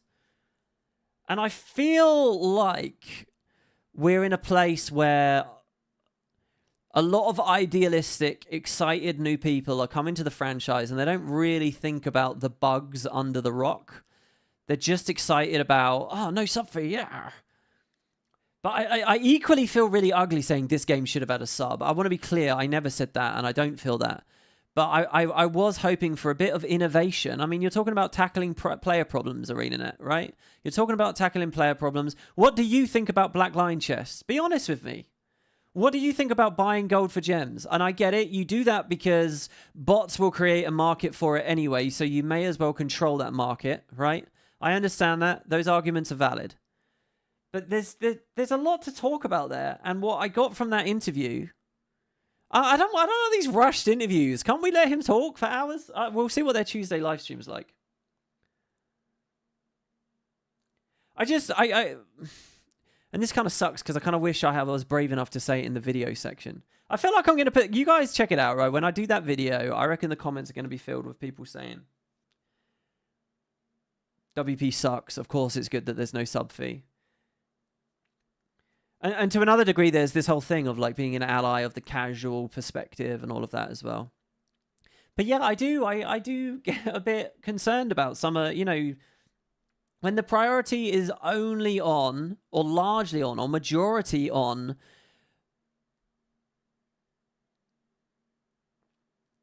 look, okay, here's what the cynic in me thinks. The cynic in me thinks, okay, you can't make that much content. It's too difficult. It's too expensive. It's too time-consuming. The studio's only of a certain size. The standards are so high in modern game development. We can't do that much. So we're really going to double down on saying that's actually a perk. We can't do that much. That's a perk. It's a perk because what it means is it doesn't feel like a second job to play our game. Look, there's not even that much content in it. And there's something about that... that is off-putting. That's a very Debbie perspective there, isn't it? You would have liked Battle Pass system similar to what ESO has implemented?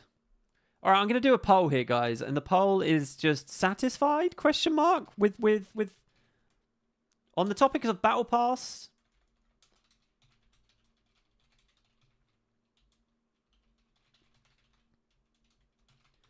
All right, here's the question. No sub, no battle pass, no second job. Satisfied? I'm going to say yes and no. And I'm going to give you 4 options. Oh, I hate these though.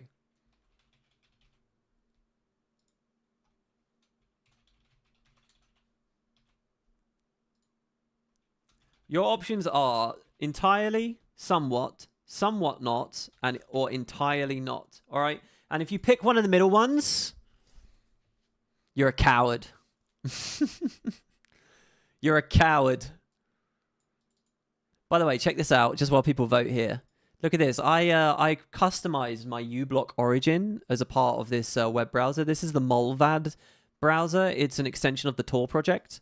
Awesome little thing. And I can use this so that none of my accounts are on or anything. But I customized uBlock Origin to get rid of the recommended video sidebar and the recommended videos at the end. You know, like it started playing does countdown in the last part. Very happy with that. All right. Let's get the game audio on. Look, I want to say, I on the surface of it, I love that there's no sub fee. On the surface of it, I love that they're not trying to trap people into fear of missing out. And let's remember, this is Arenanet. This was a studio that initially wholly embraced FOMO design when it came to the start of Season 1, before they decided that it wasn't player-friendly enough for them.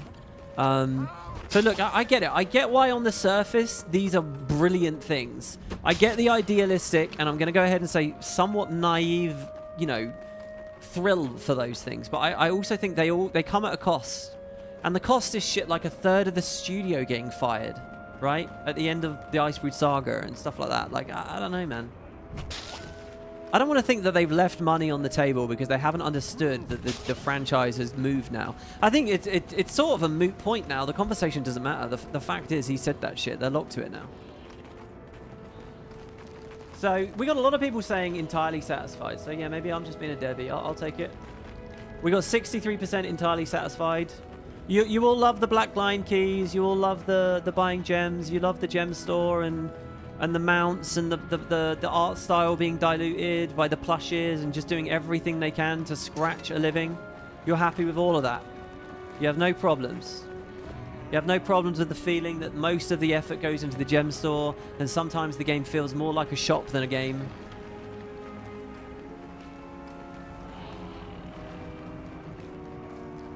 We got 4% entirely not, 10% somewhat not, 22% somewhat, and 64% entirely.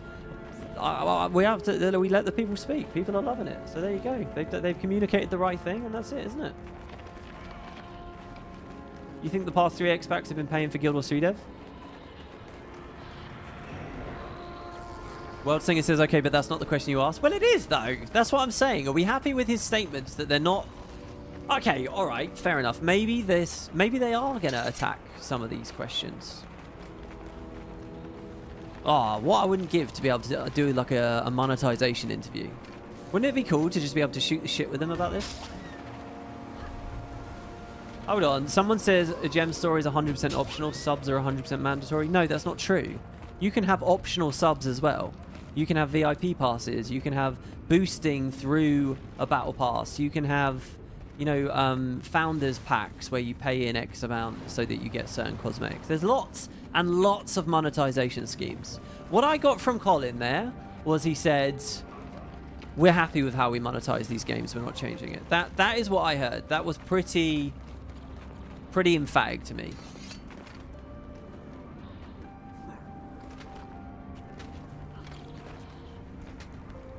And yeah, wow, okay, someone just said World of Warcraft as a shop. Yeah, let's point the other side out, right? Like, look, I don't think sub fees are a fix to the whole thing. I really don't. Look at, you know, FF14 has a sub and it has a microtransaction shop. I think it's disgusting.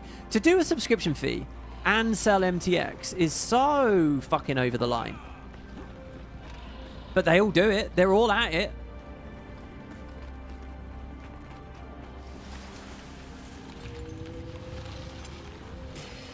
He's saying the model works, WP ... Yeah, I know he's saying that. He's saying that works for them. We're asking, does that work for us in the community? If it ain't pay to win, I'm cool. And that's always a fun one as well. I say fun, I mean mind-bogglingly tedious. You know, getting into the weeds of what is pay to win, what is pay to skip, what is, you know, what is an offensive convenience. All right, here's another thing. What about selling bag slots? What about this? I have a feeling that we're all veterans in the game that are, you know, we're boiled frogs or whatever. But it is not difficult to find discussions online of people bitching about this. What about the fact that they sell you build templates? What about the fact that they sell you fashion templates? There are no shortage of... Look, what I'm just trying to express, I'm trying to be objective, right? Is there are no shortage of controversies about Guild Wars 2's monetization. You can try to brush it all under the bed and say, well, that's it, sweep it under the rug, hide it under the bed, and say, no sub fee, that's it, let's all do a big song and dance. But there have been costs to that over the years. As someone who's covered and followed it over the years, selling hero points, selling waypoint packs. I mean, it's funny. Those are the more pay-to-skippy, pay-to-winny things. Level 80 boosters. But most people are fine with those. I've always been fine with those. For what it's worth, I'm fine with huge chunks of what I'm talking about right now. I never really cared about selling build templates. I never really cared about selling the bags. I never really cared about the strength boosters at launch. I never really cared about, like, most of it. My sticking points is gems to gold has always felt kind of weird. I'll tell you this, I have never been as enthusiastic about farming for money in Guild Wars 2 as I was in Guild Wars 1. Because it always just felt weird, you know? It felt weird to dedicate to a silver waste train or something and be like, yeah, I just put all this time in, and it's like... Or I could have done that in an instant for a tenner. As soon as you can, like, put a real-world value on it, and you realize that it's pretty fucking cheap with real-world money, it feels very... that something dies about the product for me. Gold to gems has always been a... Sorry, gems to gold has always hollowed the experience a bit for me. And then the other thing is, yeah, like the badass mounts and stuff, and when outfits look better than obsidian armor and stuff like that. These things do make me feel like I wish... These are pain points for me that I would have loved to hear Colin go on stage and explain to me how they're going to work around those. But going on stage and saying, no, we're not doing anything, we're not taking... Like, I would rather have a Battle Pass style system, an opt-in system, than those. If they presented me a Battle Pass, which the entire industry does, but in exchange for fixing some of these pain points, I think that's what I would have been most excited about, and we didn't get that.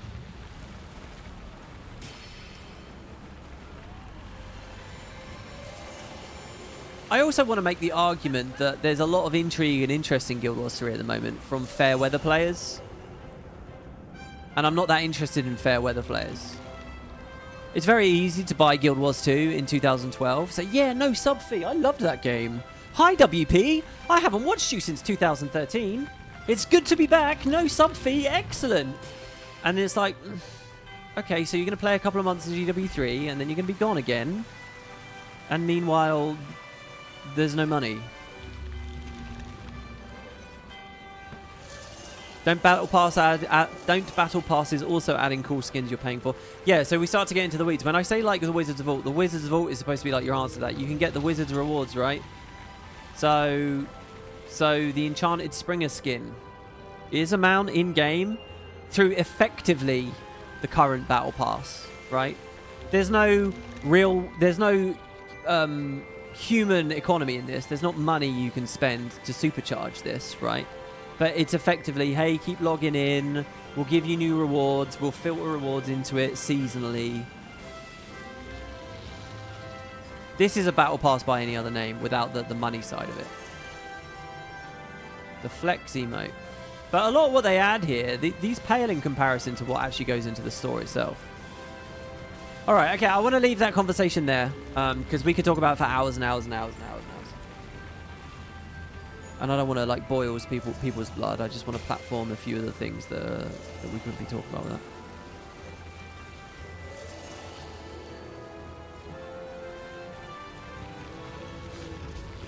You think he just meant no pay battle passes? Yeah, definitely. I think there will be a Wizard's Vault equivalent for sure.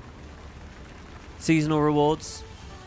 It'd just be nice to hear Arenanet talk about what they think about fear of missing out and all that kind of stuff. Does anyone here actually play Deep Rock? Does anyone play Deep Rock and want to give their opinions on how the monetization works there? If you ain't paying money, it ain't a battle pass.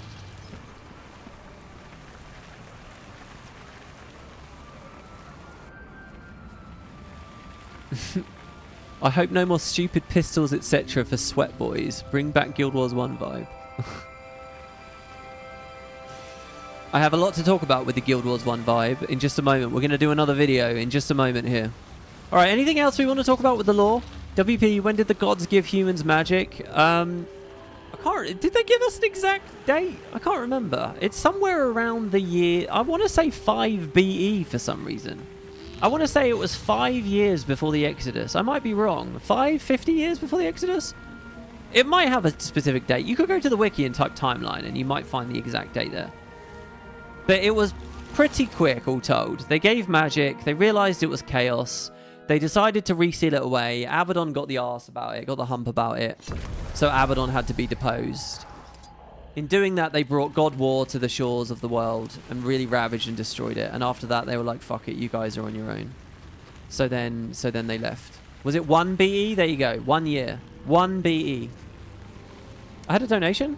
I did have a donation from Bobbit the Hobbit. Thank you, Bobbit. Not quite up to the live chat, but just wanted to throw this out there that I love your content, especially the tangents and jokes. Thank you. I really appreciate that, Bobbit the Hobbit. I really appreciate that. That helps to counterbalance me getting one guide.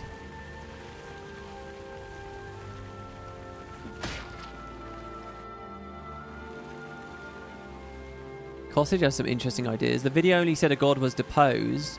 It's not necessarily Doom, and as he's on the tapestry. What if it's Lissa or Abaddon's predecessor?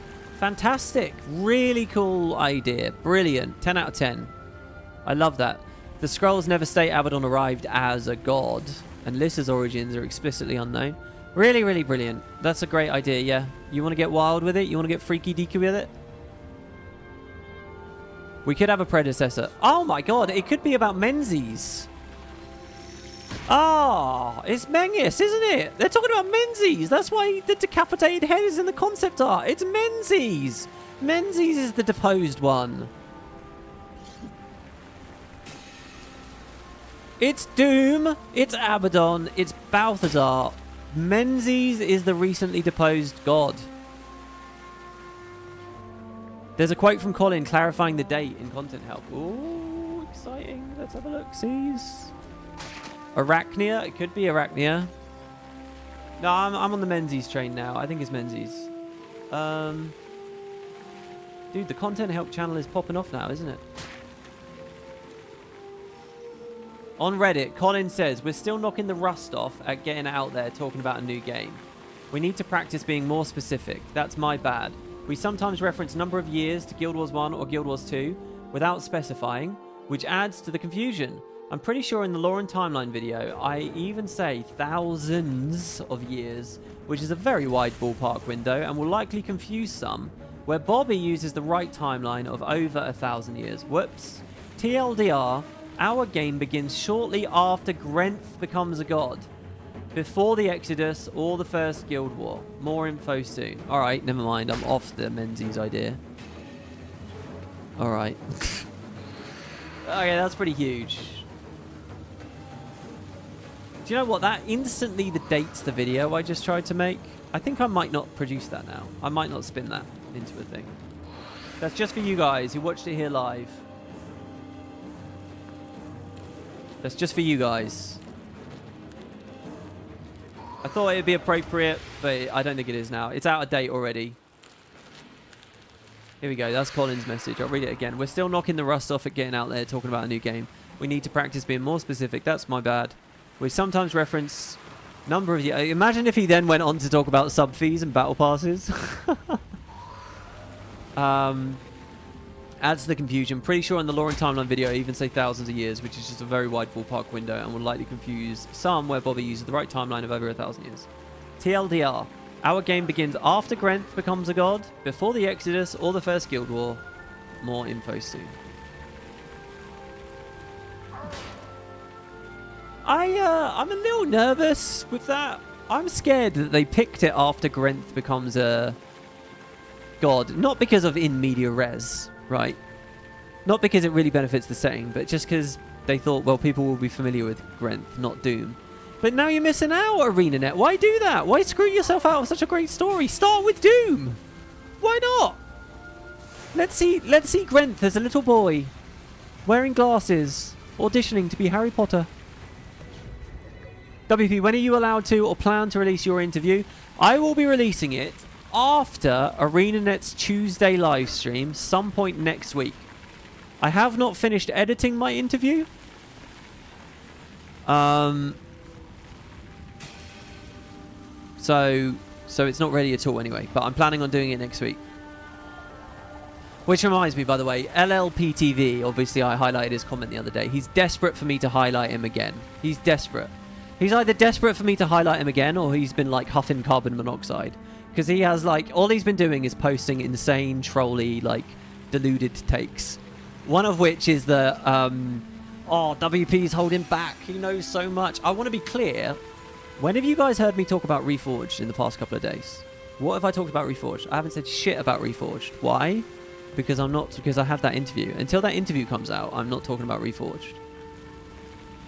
Everything I know about... I have no more insider info about GW3. These are all honest, true speculations. Okay? There's no insider info. Can I explain the skill capture system? Surely you know, Skylight. Surely. In Guild Wars 1, you could buy skills. You could quest for skills. And by the way, I think people are sleeping on that. I think Guild Wars 3 could add skill questing back, which I miss and I fucking loved. Or you could kill bosses. When you kill a boss, you could cast a Signet of Capture and take an ability from the boss. So in the early game, you could just take regular abilities. But later, the bosses started using ludicrously strong skills called elites. And the only way to get elites was to skill capture them. Until later when they added consumables to bypass it. But, you know, the spirit of the game was that. And if they bring that back, that was a very fun system. And I hope to see it again. In fact, I'm going to talk about it again in a minute. Not sure if you talked about this yet, but was thinking, will Guild Wars 3 take place before or after we got magic from Abandon? We did talk about it earlier. It's before we get magic from Abaddon. Which is really interesting, frankly. Because it suggests we're getting our magic from something else. I think we're getting our magic from all the little Mount Ally Spirits of the Wild thingies. I think the reason there's this big Spirits of the Wild slant to Guild Wars 3 is because they're the engine for our magics. I'm pretty sure that's the situation. And in fact, on that note, a little tidbit for you all as well. Kerry was trying to show me this yesterday. In fact, I think a lot of you were. Let's do this. Let's do this. Let's do this. Let's do this.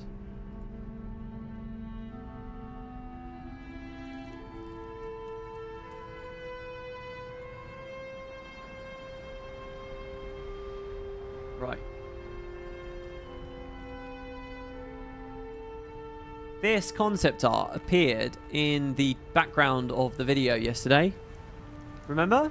The Arenanet communication? And you guys were saying, WP, look at the concept art. And we did. And I never really focused on that one on the right.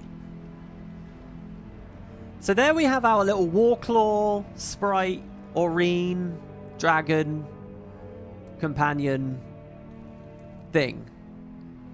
And it clearly has two variants. Neither appeared in the trailer. We can't quite read the text. Maybe if you up the contrast on that, you could, actually, to be honest. But one of them's fiery. And I assume it says fire on the bottom of it, but they put that other art of the wolf in front of it. I assume that says fire. And the other one says death. Now, I just want you guys to know, I'm a sucker for element systems, and I'm a sucker for the death element. Check out my Azric Let's Play, where death is one of the last things you get, death and life. Look how cool that is. Actually, you don't get death, do you? You go to the death realm at the end when you go through the sewers. It looks like... So I'm thinking that you get blessed by a god. So Balthazar might give you the fiery one, or... And Grenth might give us the death one. And you see it's got the chain tail. And it's got the cool symbol on it. And actually, can you see that ring with the line above it? Doesn't one of those symbols look like the Harbinger symbol? Which was very Zaitan coded, right? Zaitan lore was all over the Harbinger. Zaitan is asleep beneath ore. I don't know. But then... maybe Abaddon was the only one that knew about Zaitan down there or something. But yeah, I think it's something like... I think you can get different elements of those little dragon things that go with you. But it's also weird. Do they fly around alongside you the whole time? Is this the companion system? But then also, like, where do the spirits fit in? Are these being given to you by the gods, or are they being given to you by spirits? And why are they draconic?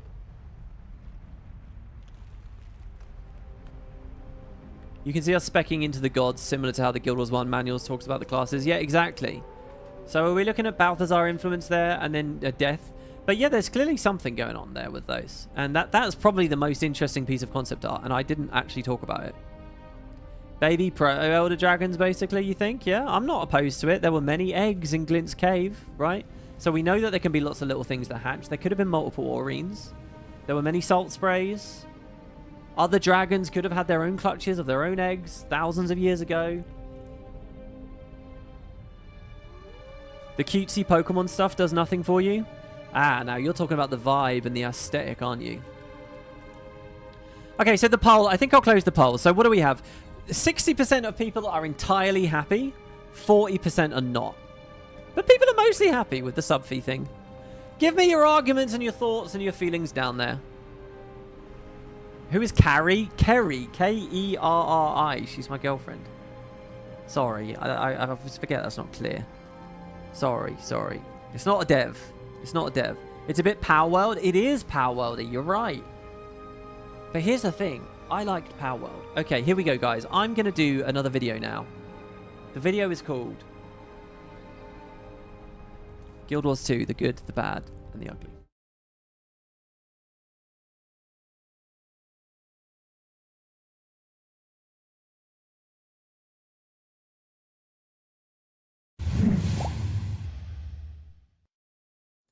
Hello everybody, and welcome to another video. So obviously we're in the middle of the Guild Wars 3 news and all the big announcements coming from Arenanet at the moment. And I wanted to just get on paper, well, on video, right after the initial announcement. So what have we had? We've had the first trailer shown. We've had Colin on stage for 30 seconds. And then we've had the Arenanet communication talking about this game, Guild Wars 2 and Guild Wars 1. And that's about it, right? We had a little interview today. We've had some concept art to pick over. And I want to talk about the immediate initial reactions to Guild Wars 2. I want to talk about my own... to Guild Wars 3, sorry. I want to talk about my own initial immediate reaction. And I kind of want to talk a bit about the communities as well. And just sort of get on the record what I think is exciting, what I think is less exciting. I want to talk about the good, the bad, and the ugly. Okay? Just so that we sort of know where we are. And I think this will be kind of fun because we know so little about the game at this point as well. All right, so let's start with the good. So this gets to be the nice big positive section of the video. All the things that struck me, the things that I'm genuinely most excited about with Guild Wars 3.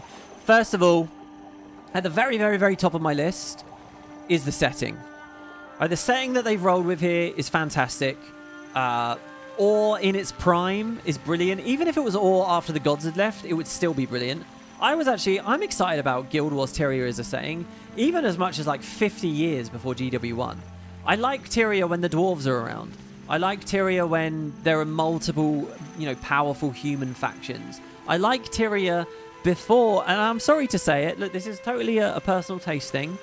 I don't know how much I'm into the steampunk stuff. I don't know how much I'm into the guns and the smog. I don't know how much I'm into the Magitech. I'm into the Magitech a bit. But there are certain elements of Guild Wars 2 setting that I don't know. I feel like I prefer the setting when it was a little bit older. And that's just 100 years before Guild Wars 1. If we go back to the height of Or, we've got so much cool stuff. Every race, literally every race is available. Now, I know that the Sylvari, for example, do not appear in the trailer. And there are a lot of Guild Wars 2 players out there that are saying, look, if there's no Sylvari, I won't play. I'm not interested. There can be Sylvari in lore at this point. Don't forget that there can be multiple Pale Trees. We have a story from the launch of Guild Wars 2 about Malik, a character from another Pale Tree. We still don't know where that is. We don't know where all the trees that produced the seeds were from the seed that Ronan grabbed to plant the Pale Tree. I've even heard some theories from you guys that maybe there's a Pale Tree growing literally in the footage in the trailer back there. So I think we could get Sylvari, or we could get talks and mysteries about them. They could be playable. I think culturally they'd be very different, and that would be quite interesting. Sylvari, that maybe all their firstborn are dead now because they're thousands of years old or something. I think also there's some weird lore around Melanju that sounds a bit like maybe it could be Sylvari-esque. So I view all of these things as available. The Char are there, but we're back to the really scared... scary Char. With their fangs out. The Warmongers. Char unified, perhaps, by a Carner. I don't actually know how the timeline lines up there, but that's really thrilling. There's also like a whole bunch of history and human activity going on in Cantha. This idea of, did all the humans come from the mists with the gods? Or were some of them already here from Cantha? There's the Crystal Sea and the Marganites. There's so much cool stuff. The Forgotten are back. You'll notice that the mini-X packs recently have gone into the Ancient Races. They've gone into the Seers. They've gone into the Massart. They haven't gone into the Forgotten. And I'm thinking, wow, the Forgotten could be a big part of the setting. In fact, I'm kind of disappointed we haven't seen any Forgotten concept art or Forgotten showing up in the trailer yet. They should do like a story or lore-based concept art trailer. There's so much they could do. So for me... That right there is the good to me. This is really good. And listen, if the Guild Wars 2 stories mean that this is also in another timeline, so the future isn't written yet, so they can truly go anywhere, I also personally will be very thrilled with that. I know some of you guys like the idea of it being one timeline because you think that's less confusing. But I don't know. If the stories are thousands of years apart anyway, who cares, right? It's a little immaterial in that way. I guess that argument cuts both ways. But I like the idea of not knowing where things will go, that things can be different. I know they also get this little idea where they can do an update in Guild Wars 3 and then you see the payoff in Guild Wars 2 because it's in the future. And if they're going to juggle all the games together, then that should be available, right? But I don't know whether I see that as a really amazing thing or just a gimmicky thing. I don't know. Anyway, the setting, brilliant. What else I think has been good and has been received well? Mounts as well. It's ironic and really weird to see, right? As a Guild Wars 1 player, Guild Wars 1 fans were adamant that mounts sucked and there was no reason to have mounts. And yeah, the other games have them, but we don't. And it's not because our game's bad, it's because we're better. Boo, mounts. That's what the community was for years. Guild Wars 2 comes out and, you know, more of the outsiders start getting a look in. They're coming from World of Warcraft. They're asking, where are the mounts? Arenanet eventually gives them to us in POF. And they're like the best mounts in all MMOs. The freedom, the fluidity of movement, the freedom there.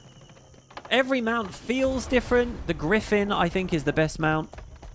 We've seen other MMOs copying and trying to reach those levels, and they haven't been able to. It's funny to see that the franchise has kind of evolved now to be the mount franchise. Am I wrong? And so they're going to be there right at launch, and they're talking about fluidity of movement and stuff. We'll see where that goes. I'll come back to that in a second. But just the fact that the game immediately is showing it off, I think that's a big value. And I like the look of having some cool companion. A companion that we've seen in concept art might be like fiery or deathy or whatever. That stuff's cool. So, yeah, I'm really excited about that. I like the races. The Fursura. The idea of having the Asura but furry versions so that they look, you know, a bit like Ewoks. I'll tell you, I was reading the Guild Wars 3 subreddit the other day. And someone nailed the description of what these things look like. They look like the kid in Jumanji when he turns into a monkey. I kept looking at those Fursura in the trailer and thinking, what does that look like? That looks awesome. It looks like the kid from Jumanji. I love that. I think they look really cool. I love the Coden as well, the Lowland Coden. Yeah, Stoic Order speaks a bit slowly, but we can have some faster ones, faster speaking ones. By the way, the setting as well, the Tengu could be in this game still. Seeing the little Tengu outpost there. So that all looks good. What else have they been talking about? Skill capturing. Now, that's very high on my list. They've suggested Guild Wars 1 style buildcraft. They've suggested something about skill capturing. If we get skills again through questing, I'll be very happy. I never liked the hero wheel, not really. The Guild Wars 2 way of doing all this stuff in the UI, I was never a big fan of it.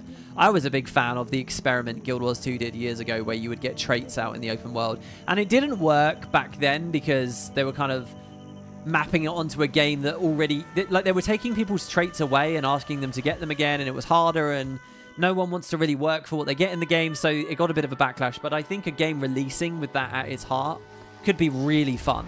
And I love that. And I loved skill capturing, so that all sounds very, very cool. I loved the announcement that they're doing a Hall of Monuments 2.0. I'm actually, if you guys follow me on Blue Sky, you will have seen me post about this. I still have to resist saying tweet. I'm quite excited about the idea that they'll give us another tower, another Eye of the North, another Hall of Monuments, except this one is based in Ore, in the new map in Ore or something.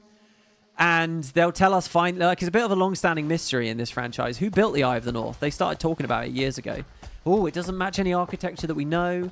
It looks a bit like the godly stuff we see in Ara, the wiki contributors have noted. I really like the idea of we're going to get a new Hall of Monuments, and they'll give us that story. And just the idea of taking my rewards from one game into the other is very cool. Now, I've had some comments from you guys saying, hey, WP, what if I hate Guild Wars 2? But I want to play Guild Wars 3, and I only have Guild Wars 1. Shouldn't I get a Hall of Monuments? Now, that's a funny idea. Maybe you should. Maybe you should be able to get rewards from all 3 games. That would be really cool. That would be very epic for those of us that have played them all. Like, can I take my Champion of the Gods title that's in Guild Wars 2, but because I got that from Guild Wars 1. Actually, I got God Walking Amongst Me Immortals, right? Can I move my Godwalker? It's alphabetical here. Can I move this through all 3 games? That would be very interesting. I will say, though, I'm not convinced there's many players in that camp. Am I wrong about this? But I feel like if you really disliked Guild Wars 2 and you got burned out over the years because you didn't like the storytelling style or the characters or the world or the combat system or whatever, you know, there's an unending list of things that Guild Wars 1 players have had their problems with. If you're one of those players, why are you coming to Guild Wars 3 at all is what I would wonder, because why do you trust Arenanet to suddenly U-turn on these things, you know? And maybe they will. Maybe they'll actively talk about that as the press goes along. Things that they felt they didn't do quite right with Guild Wars 2, or they want to correct more player problems. But yeah, I suspect that there's not many. I don't know. But I'm excited about that. And lastly, the thing that I'm really excited about is just that they're literally calling it Guild Wars 3. They're saying it's an MMO. Now, if that's true, I'm just a big believer in reset points. You know, I have a lot of problems with Guild Wars 2 that aren't really Guild Wars 2's own fault. It's just because it's a 14-year-old MMO. And what do I mean by that? Like, they're releasing a new legendary weapon.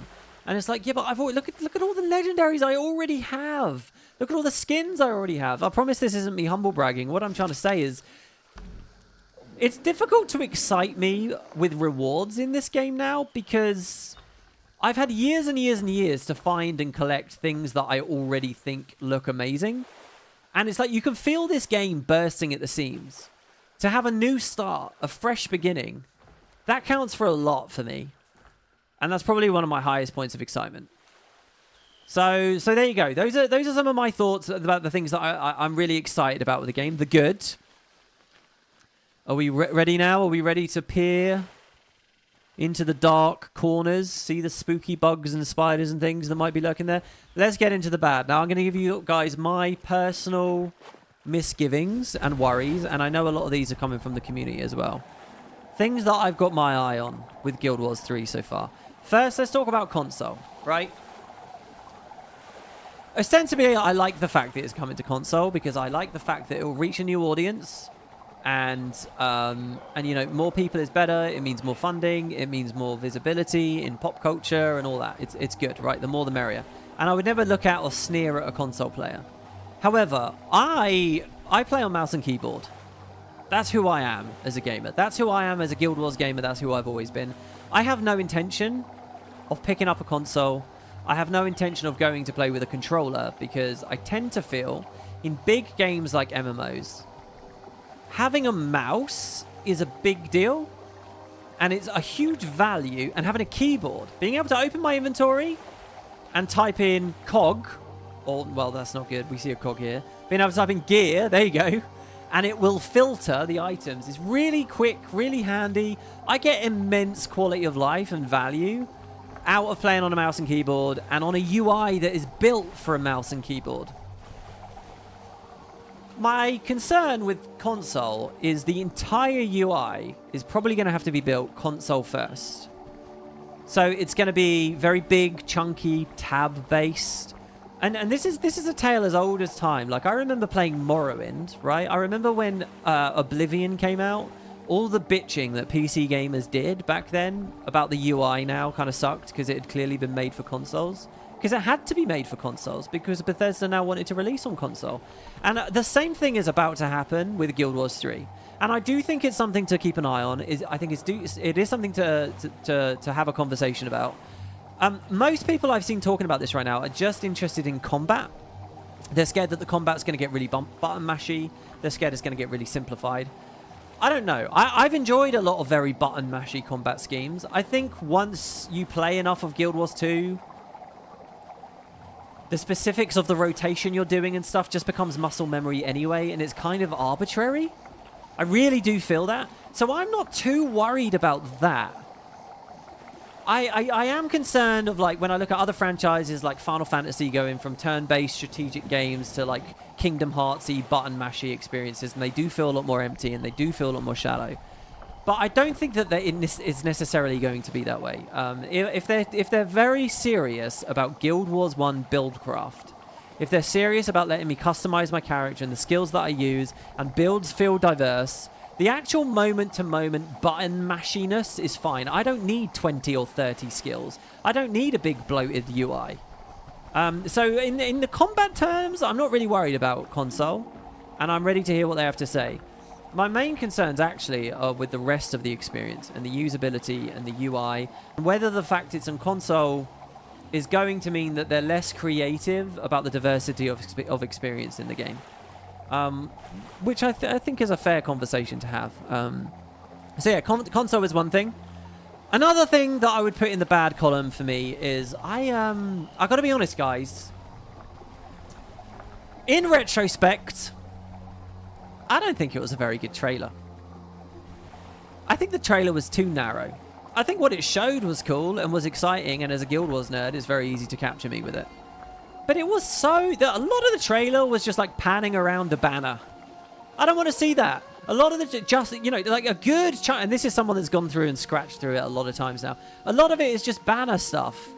And when I compare it to like the original Guild Wars 2 trailer that showed, you know, demonstrated so many new mechanics and so many new ideas. It demonstrated underwater. It showed us characters that were going to be in the new game. It had a lore section talking about the setting in a big, tangible way.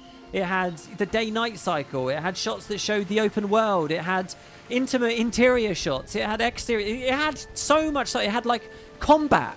It had bosses. This trailer we just got didn't have any combat. It had very, very little stuff. It had some people running around on mounts. And, you know, maybe this is just because I'm greedy and hungry for more. And maybe it was the right move for Arenanet to be very, very hands-off with it. But I don't think it shows that much confidence to do such a narrow trailer. Couldn't we have got more of a tease? Here's a bit of combat. Here's a bit of this. Here's speaking to an NPC. And then you let the players and the community speculate it over the next few weeks until finally the blog posts and the other press comes out. So I don't know what to make of that. I don't see why we should do such a thin trailer. And I hope that it's not just representative of the fact that the game itself will be very thin. That's my big fear. They're calling it an MMO studio. They're talking about being they're calling themselves an MMO studio. They're talking about it being an MMO game. Massively multiplayer. So let's see what we've got. I know a lot of people have also noticed, by the way, on this topic, that very often you're just seeing 3 or 4 characters around. You'll just see, you know, in a lot of the concept art, in the tapestry and so on, it's just, there's a few characters here, a few characters there. Does that mean that it's going to be very small parties? I would actually be okay with that, to be honest. Do I love all the visual noise and the massive zergs? No. Do I think that the combat is really deep in the massive meta event zergs? No. Do I like my FPS getting destroyed in the massive zergs? No. Do I like random disconnects in the massive zergs? In fact, right now, we're stuck on a loading screen, and I'm wondering if it's because the fire elemental is up. Do I need that stuff in Guild Wars 3? No. Guild Wars 2 was actually sold to us in terms of the end game of combat being best at a 5-man scale. I don't even believe in 10-man raids. So a shrinking of the scope in those terms, I think, is fine. So, what else? Well, and here, since we're stuck on this loading screen, how about we bring the trailer up and let that roll through? Because I'm scared I'm about to get kicked out of the game here. And we'll turn it down a bit. So what else? Well, here's the last thing, and it alludes to what they were talking about with the combat system a second ago. I don't know, honestly, whether I really care about the momentum-based combat.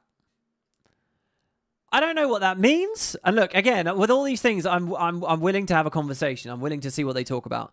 But the idea of, like, wall running, the idea of, like, charging around, yes, Guild Wars 2 mounts were really good, and using the engage skill to pull everyone together on a raptor or whatever is also very good. Oh, God, it looks like the trailer is crashing and bugging out here a little bit. That's all very cool. But I don't know what that really means for, like, the entire experience. The verdict is out on that. The fact that we can charge around and ram into people or, you know, maybe hop on and off of our mount as we're moving sounds cool. But as a Guild Wars 1 fan, what I'm really looking for is lots of skills. I'm looking for, you know, roles in combat. I'm looking for lots of interesting professions and class mechanics. That's what I want. I want the RPG hooks. I'm not so interested in the fact that I can charge around.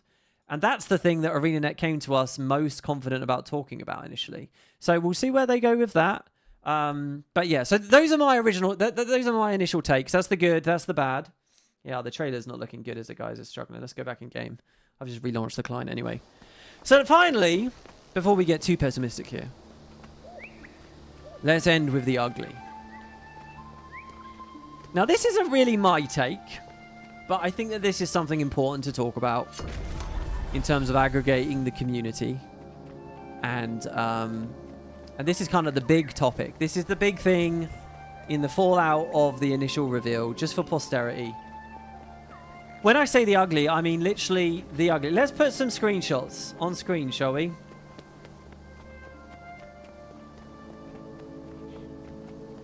That must be one of the worst game trailers I've ever seen in my life for building the purpose of anticipation. I understand that Guild Wars fans probably got something out of it, but as a person that knows nothing about the lore, the story, the setting, it spent more time on embroidery and panning the ground on a cliff than anything else. Actual Resident Sleeper. Well, that fits more into what I was talking about with the trailer just now.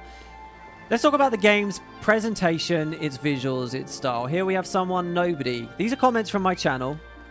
Looks goddamn awful. Soulless and bland. Here's Fade Kill. Personally, I don't like the... And by the way, this is obviously very rude and like, you know, cut into the mustard. Personally, I don't like the new art direction. It looks quite generic and flat compared to the previous two installations in my eyes. They really reduced the depth of the color palette, as well as the textures, and for me personally, the choices you make with these two impact whether I like a game art style or not the most. And I don't like the direction. You also mentioned the lighting, which is one of the big features of Unreal Engine 5. I always thought the lighting effects were done incredibly well and unique in both Guild Wars and Guild Wars 2. While there are some scenes with gorgeous lighting in the Guild Wars 3 trailer, the lighting doesn't hit the same way for me.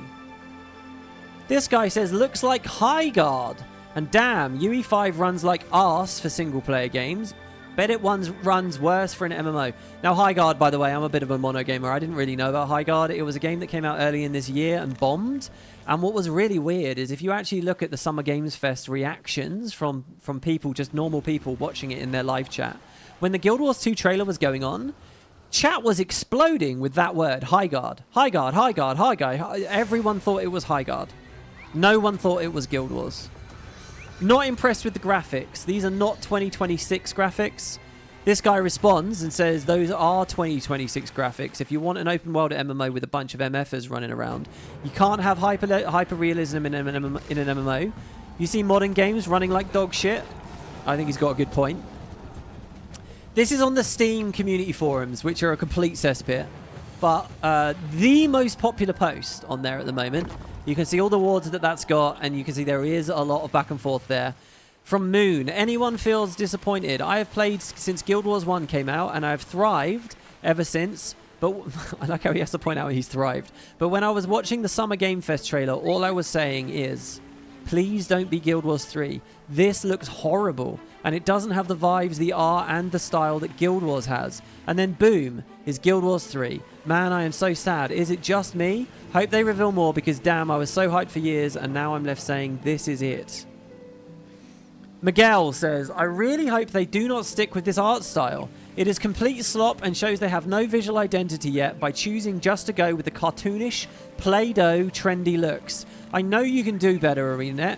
Guild Wars 1 looked great, and one of its great features was that it didn't feel infantile, for lack of a better word, as opposed to World of Warcraft. You do not need to be World of Warcraft. Just be you. That's what people loved. That's a thing about the Eye of the North. I really hope they don't... Oh, no, that's the same comment. Guild Wars 2's first trailer felt like it had 1,000 times more soul as this weird, unreal Fortnite crap. Greytot says, the art style is very hideous and really looks nothing like Guild Wars 1 or 2. It reminds me of some generic mobile game. That's that's from the Cozy Games Fest. Feel free to pause that if you like. And there you go. So those are the comments, guys. Those are the comments. So I want to address this. I want to talk about this. What do we think about the visual style of the game? Now, I've seen, and this is like nothing, right? This is just like some minor stuff with interactions with my community. I've seen all kinds of arguments. I've seen people point out, and I think quite rightly so, that Guild Wars 2 looked nothing like Guild Wars 1. A lot of people are making this weird argument that the art style has always been consistent. I don't agree that it has. In fact, I don't agree it's been consistent even within Guild Wars 2. There are huge differences between early GW2 stuff, like what you're currently looking at, and say POF. There were huge differences in Guild Wars 1 between Prophecies and Eye of the North. And for that matter, I don't agree that Guild Wars 1 looks good. Guild Wars 1 looked... I do agree that for the day, there was a sense that Guild Wars was the prettier MMO compared to WoW. I do give you that very early on, and they kind of recaptured that a bit with Eye of the North. But ultimately, no, that was not in the game's identity for that long, and it certainly doesn't look that good now.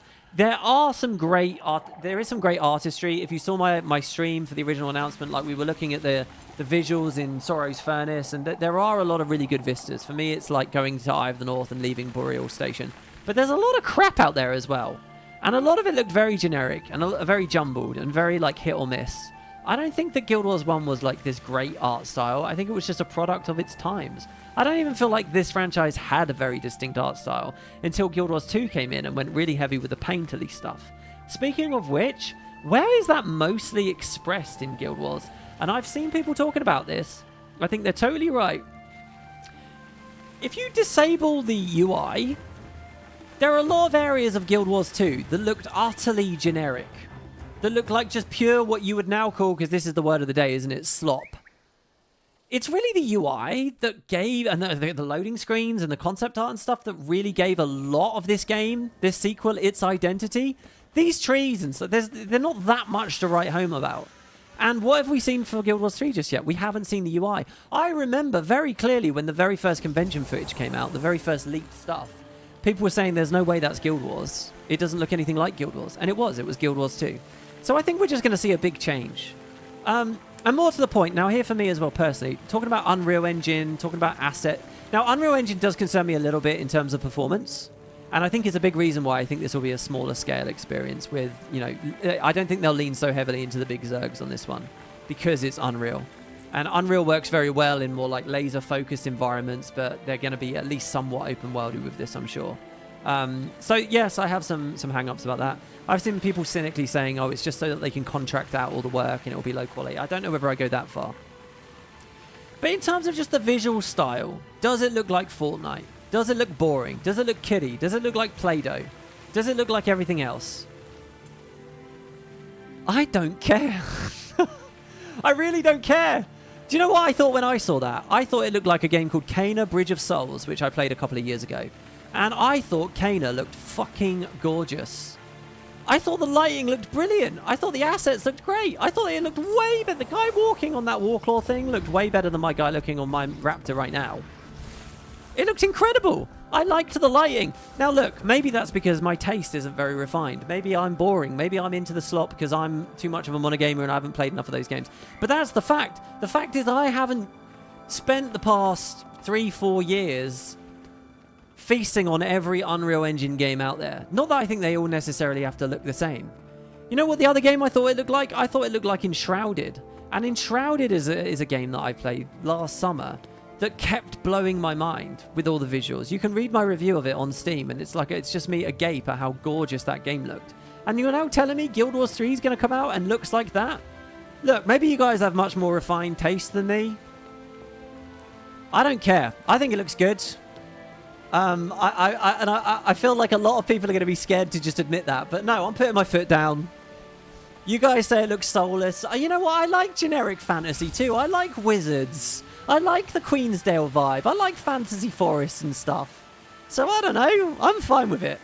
The good, the bad, and the ugly? Fine. If you're going to call it ugly, I'm mostly concerned about performance. So anyway, there you go, guys. I just wanted to do a video. Those really are the big topics of the day. And the initial reactions. And that's kind of where I'm sitting with the game in general. That's after I've had a breather and I've been able to have a look at the trailer. I'd love to hear what you guys think about the art style. You know, if you think I have no taste, let me know. But thank you very much for watching, guys. There'll be many more videos. Now, this discussion I originally did as a part of a much more expanded, long stream.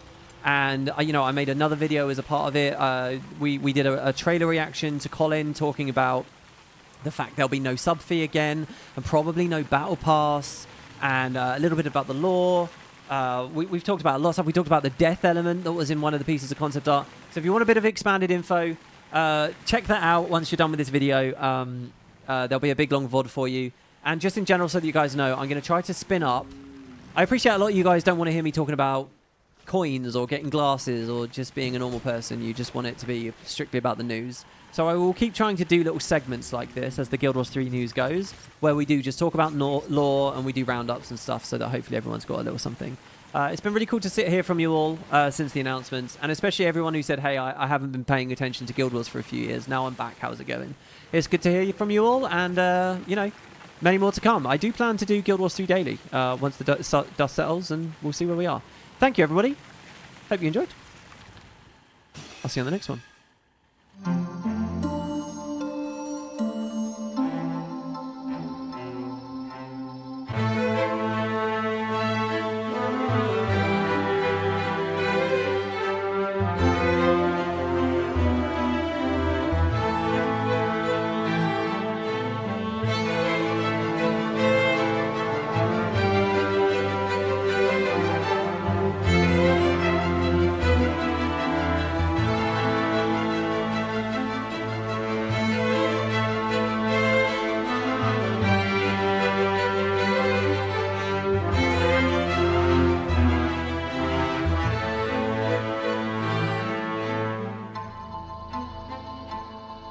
There we go. We have to wait for the screen to go black and for it to go ding, ding, ding, ding, ding.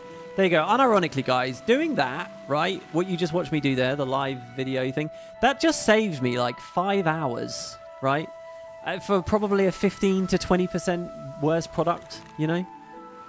Speaking of it being worse product, I wish I'd mentioned, like, I do think some things do look painterly, by the way, in that trailer. I do think there's a bit of that in there. It's like the, you know, the mountains and stuff. They look kind of painterly. They look kind of Guild Warsy. I don't know. I don't disagree, right, that it does look fairly generic. I just don't care that it looks generic.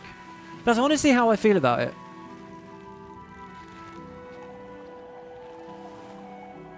So yeah, let me read the live chat now. What did you guys think? You'll miss the painted art style of Guild Wars 3. But maybe I didn't just make it clear, but I think that as soon as you see Guild Wars 3 with the UI on it, they'll bring a lot of that vibe back.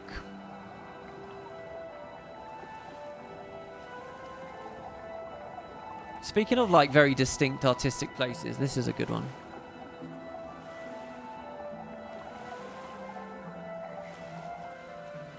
For anyone that doesn't know the franchise, the trailer is awful. Yeah, sorry, guys, I couldn't really... The only downside is when I do that, I can't look at chat. I can't react and respond. Can I... Does anyone want to repost their comments as I was talking about that? What do you guys think about my goods and bads? You don't like... Do you guys agree with me that the trailer's a bit thin? Look, listen, I'm a content creator talking to you right now, okay? It's in my best interest for that trailer to be thin. Not so thin that it detracts from the product, but it's in my best interest for them to slow drip that info out so that I can do a fucking all caps video with a stupid fucking pog face on the thumbnail every single time. Oh my god, they announced that Platinum is back! Right? I want to... So it's good that they were thin, because they can slow drip it all. But even saying that, I think it was pretty thin. Trailer didn't highlight much about Guild Wars, and the fear is that it's thin because they don't have much to show. You think it's just a teaser? I mean, yeah, that's a good point as well, right? There's a distinction between a teaser and a trailer.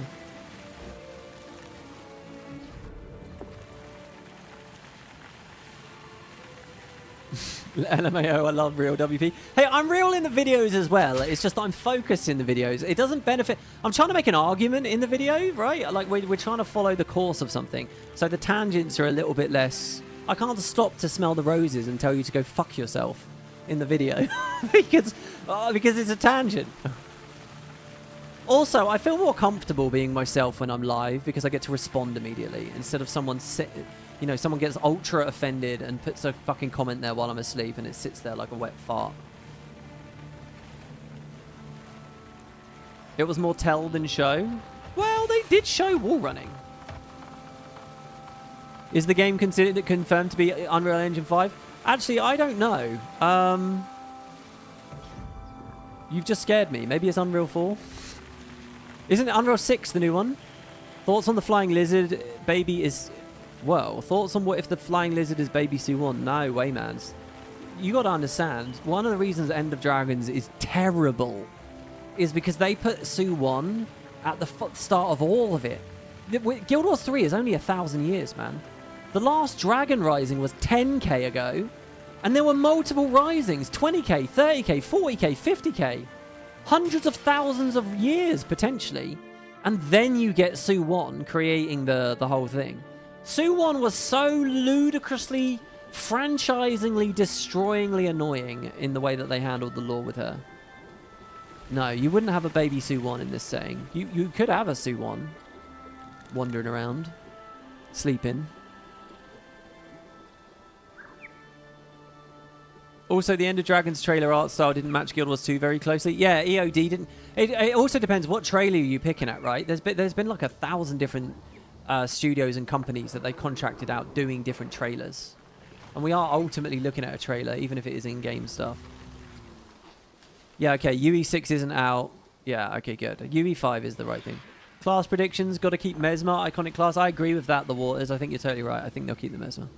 Definitely.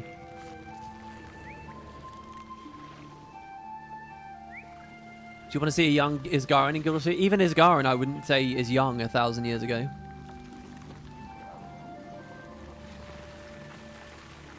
Isgarin's already banished. I don't know. I would have to go to the wiki and check. I'm pretty sure Isgarin is already banished. He's already uplifted Waiting Sorrow.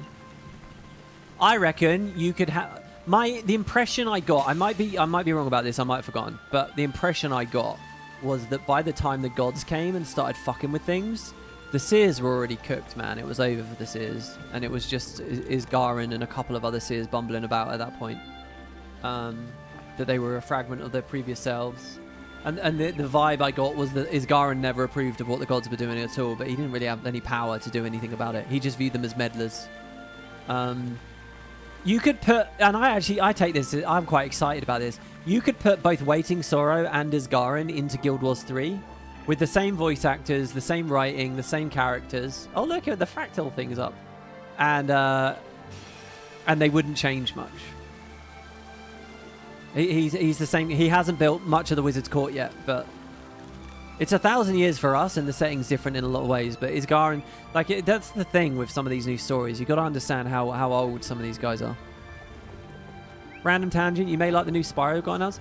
I have the Spyro Reignited trilogy on my wish list on Steam. I've had it there for years, and I saw it went on a really deep discount the other day. Is that why? Because there's a new one? I'd play that shit. I'll tell you, when I was watching the Cozy Games Fest, I was just sitting there thinking, oh, I should stream all these cozy games. Wouldn't Vast still be alive? I honestly, I'm not the one. I can't remember, encyclopedically remember every fucking little detail about when Akeem left and when Vast left and how they died and when they died. When's the Wizard's Tower fractal take place? Because it was right around then, wasn't it, that they died? There is a lore book mentioning Waiting Sorrow and Vast Exploring World. That's true. I can't remember whether that book says it's while the gods are there or not. I play Stardew. I've done one very big playthrough of Stardew, but not many more. By the way, guys, should we put on our recommendations for the Corteria overhaul this? What do you think, guys? What do you think? The Bandit Brisbane Bridge. We're getting Guild Wars 3 before the Bandit Brisbane Bridge. The Brisbane Bandit Bridge. Look at that pool over there. That's been there since launch. We've never got to go there. Look at that. Hall of Monuments 2.0. I actually adore that we've never got to go through that. Do you think Arenanet remembers that? Look at it there. Fucking Regent Lake or whatever it was called. Lake Regent.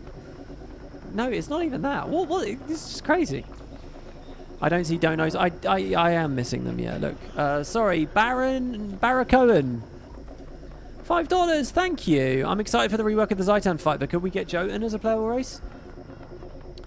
Yeah, in lore, the Jotun are around. It's actually a really exciting period of time with the Jotun. We get to see whether they fell apart because the gods gave magic or whether they were beating themselves up already. The Jotun are like falling at this point, right? The Jotun are in a brilliant place in the setting. Oh god, so good. There's so much good about the setting, guys. It's such a good period of time. Cochleot, 10 euros, thank you. And he just says, or.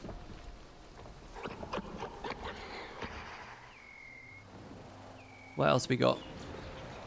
Jotun was supposedly devolved already before the Exodus. Where did we get that? But again, this is also before the Exodus, so... Majesty's Rest. There you go, Majesty's Rest, yeah. That's where Rotscale is then. Rotscale's up there, eh?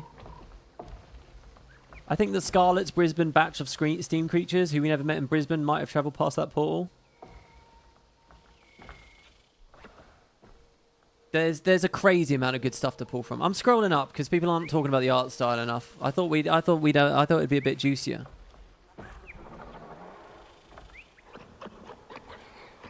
I watch a weekly podcast about video games, and this week, when they mentioned SGF, they said, oh, Guild Wars 3, I might try that. I played Guild Wars 1. It was like 3 minutes of discussion, and then they moved on. Oh, well, there you go. There you go. I can't wait for Google Trends to update so that we can see the reach that this thing's had. It suddenly dawned on me, Reforged excludes Eye of the North. Are they retconning it when they continue Guild Wars 1 development? I don't think so. My answer to this has nothing to do with the interview I did, right? But I would put the odds at that on 0. How are you going to retcon Eye of the North, exactly? When it ties so much into Guild Wars 2 and... what?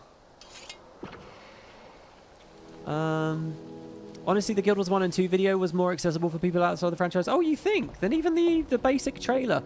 Oh, what's the argument? That the basic trailer doesn't need to be any good because it's just for outsiders? Ion 2 dev said in PC Gamer that Guild Wars 3 is focusing on small group content in contrast to Ion. There you go, small groups. I think that's a very, very good, very strong prediction.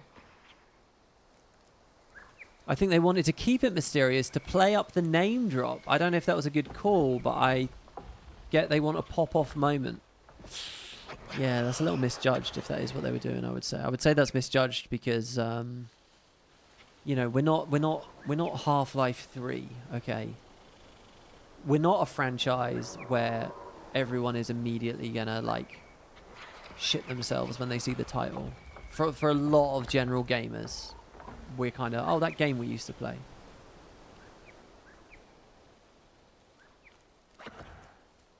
All right, maybe my commentary wasn't that provocative because a lot of people don't really have too much. It's a refinement of the Paley style. It's a bit Breath of the Wild. Art style is fine. See, I think it looks way better than Breath of the Wild. Are we all just misremembering this shit as well, by the way? I swear that that's what it is. People must be misremembering Guild Wars 1. They must be. Look, I'm on the record. When Reforged was going on 6 months ago, I was a Debbie online. I remember one of the devs said, we're really happy about Reforged. We're really excited. I think it was in a Arenanet interview.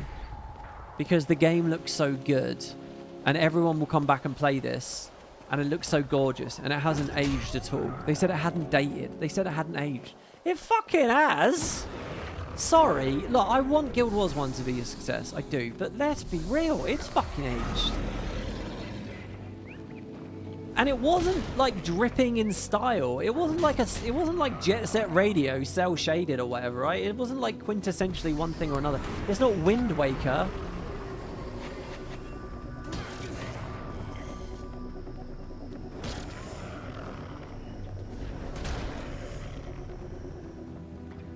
It's not, you know, it didn't have a very stylized UI either, even. They didn't put a lot of that thought in until it came to Guild Wars 2. Imagine if we meet Zaitan's Herald in Guild Wars 3, just like we fought Primordus's. That's an interesting idea.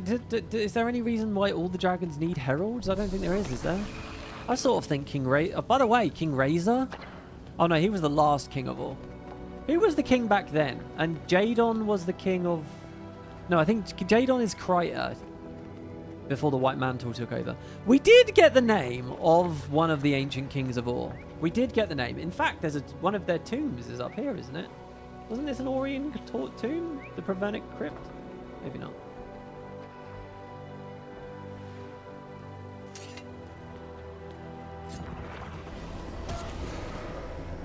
Trailer was bad because it didn't have a live action spray painting segment to tie in with Jet Set Radio. Yeah, look guys, this is what I wanted out of the trailer. Oh, I can't find it. I was going to find the weird plaster one. God, can you imagine, by the way? You know I did that, let's go through all the trailers, and I put like the taxi cab campaign on, but I put that urban spray painting one, right, and we all laughed at it. Imagine if the GW3 trailer started with that, with like a long live action section like that. Can you imagine how fucking awkward that would have been?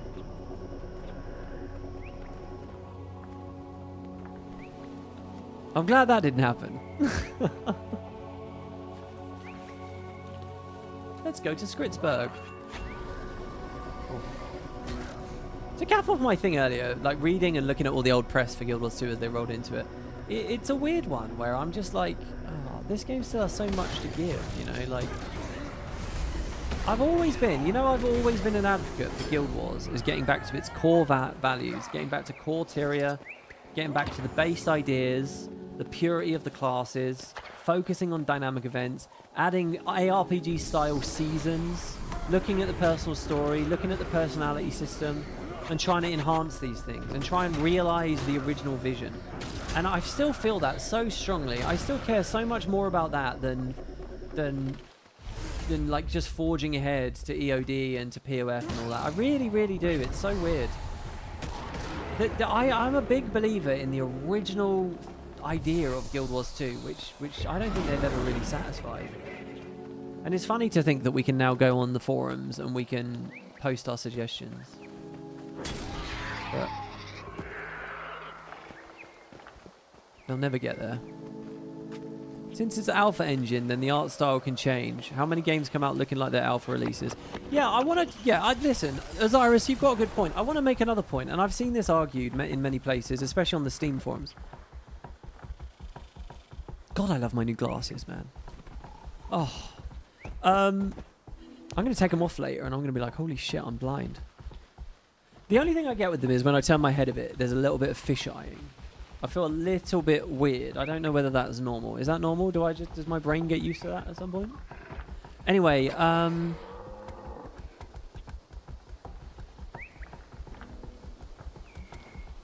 forgot what I was going to say.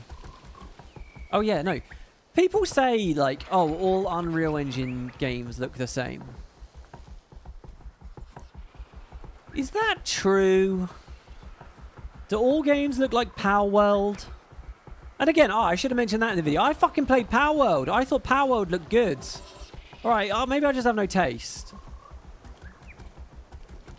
Do they all look the same, or is it just how studios handle the engine? Okay, so like when we talk about like distinct visuals, we're talking about shit like this, right? The Asura vibe. I know I said I wasn't all about the Magitech necessarily, but I've always loved the Asura visuals. Look at this. This is very distinct, right? But why is this distinct? Why does this feel good? Mesoamerica. You got all these geometric shapes. You got the cool blue glowy shit everywhere, right? This is actually a perfect example of like what Guild Wars breathing its art style so strongly to me. But what has created this? Is it the lighting? Is it the PBR? Or lack of? Is it the shadows? Is it the cloth physics? Is it the engine? Or is it the assets? It's the assets. Not all Unreal engine games look the same. They only look the same if you're a little indie dev and you have to use basic generic stuff. I don't buy that just because it's on Unreal Engine, it's going to look like slop. I do buy that the trailer looked pretty generic. I do buy that. Like, why didn't we get like a Vista like this or whatever, right? But I think they're capable of it. I hope they're capable of it. Look, the argument is Debbie's argument is, why isn't it in the trailer then, right? And you can't really argue around that. Why isn't it in the trailer? Why is it just mountains and green fields? It's the lighting and the camera that makes it feel like Power World and Fortnite. Right, the over the shoulder and the sort of the head bob. You think it's the action cam? A lot of it is textures and assets. Lighting can change the atmosphere a lot. Listen, when I played Enshrouded, you guys should go and check that game out, right? We just got event credit just because we gave someone regen and it healed them for a second. That game doesn't have many assets, but it is so gorgeous because you go to like a misty place and then you go, this place looks great in the sunset and this place looks good. Each biome has like a different season and a different... It's so fucking good. And they really don't even have that many assets in that game, but it's incredible. I played it for like, nearly 200 hours, and I kept being like, oh shit, that looks good. Wow, that looks different. Wow, that looks different. Wow, that looks different. It just kept happening. I'm excited about that for Guild Wars 3. So I don't know what the fuck these people are going on about. The good, bad, and the ugly? No.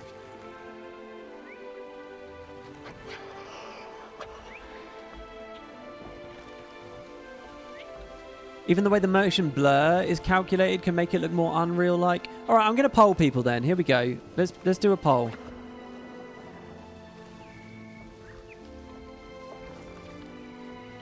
How do I... keep forgetting how to do this. Poll ended. And listen, I want you to vote freely and fairly. And if you feel like I'm wrong or whatever, let's hear it. Like, I really...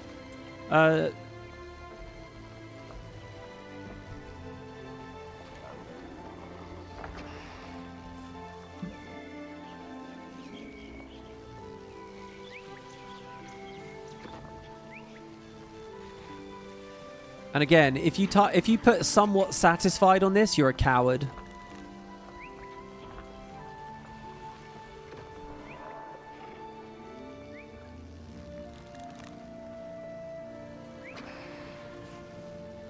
Man, I should write polls and questionnaires for a living. Look at how unbiased that is. Look at that.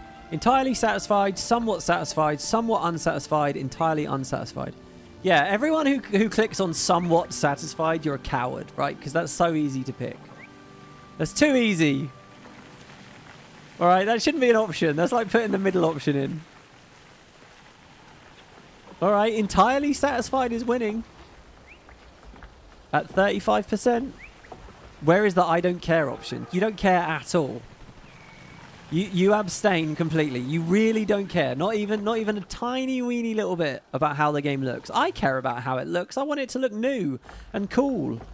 Look at how fucking good games look now. I said it when we were watching the other games. Look at what Arenanet's going up against. The world has moved on, guys.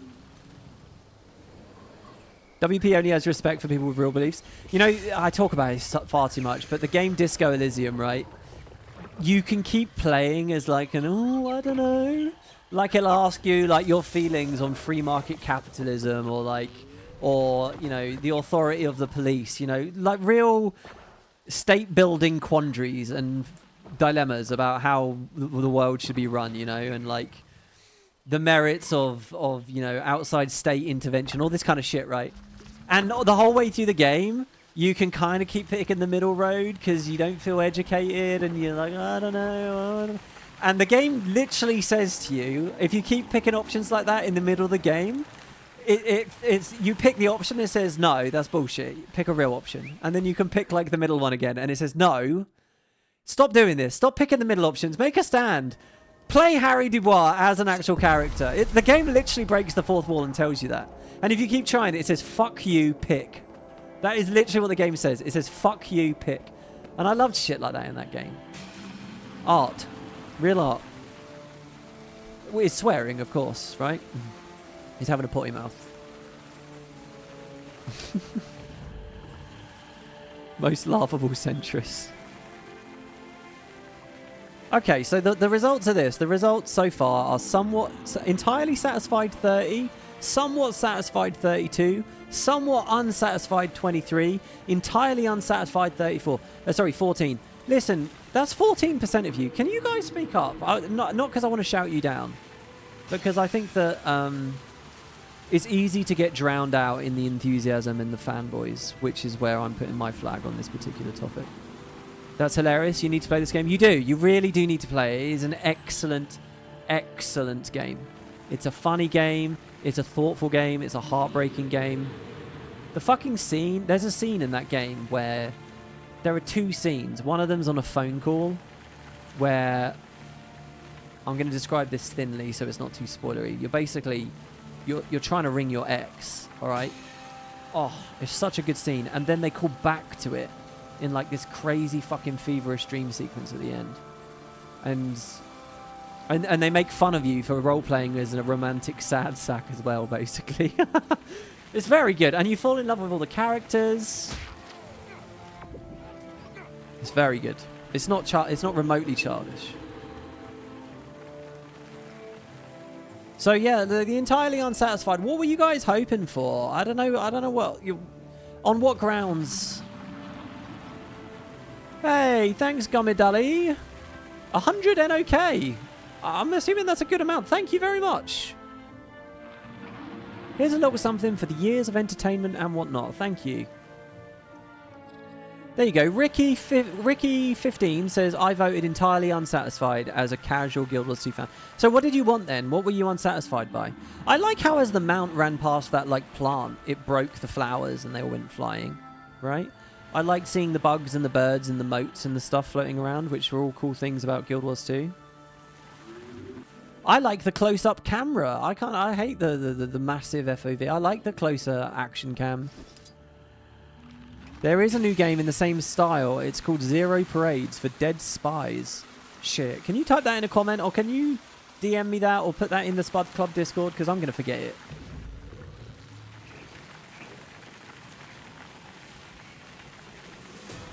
$15, you can read Roman?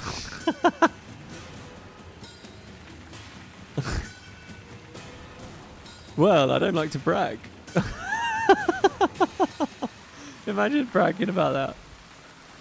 I can read 15 in Roman numerals. Impressed? Ladies? Only intellectuals here. You missed the grit. See, that's a funny one as well. Like, grit to me is not something you see, really. I mean, look, it is. When you look at Larian's trailer for the new Divinity, right? You got some kind of ritualistic orgy with people's nipples flapping around and grimy scum on them, and then they slash into the body of this meat effigy, and all this goop comes out, and a demon is born, and they're like drinking pig vomit. And okay, you can see grit. But when it comes to Guild Wars grit, I've never seen Guild Wars grit. They've never done gore. Not that grit is gore, but like where the story was adult and mature and fun and captivating, it was always the written shit, right? It was the data mined information that you got in Nightfall from like all the Realm of Torment places. I'm gonna have to go read some now. Shit, what's the page? I'm gonna Google it and hope that it's got it for me. Data mined Nightfall lore excerpts. Come on, Wiki. Don't fail me now. Don't fail me now. Oh, it's failed me. Fuck. This is why we need to go to console, so everybody knows, and Google is better at its job. I'm just going to type atrocity library and see if we can get something. Maybe. The atrocity library contains the names of every victim murdered in Abaddon's name, including how they were slain. And you go to this crazy fantasy environment filled with just all these archives of books all around you. Right? That's dark. That's gritty.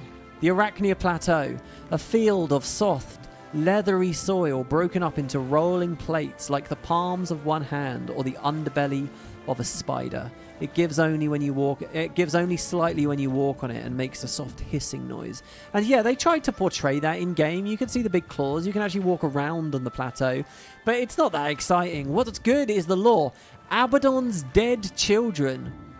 This is a graveyard of dead demigods. These demigods were created by Abaddon during his long imprisonment. They grew. They challenged their mentor, and they were slain. Abaddon killing his own children when they fucking challenged him. You look at it in game. I'll show you what... I don't know what you guys are picturing, right? I'll show you what that looks like in game. I'll give you the wiki screenshot.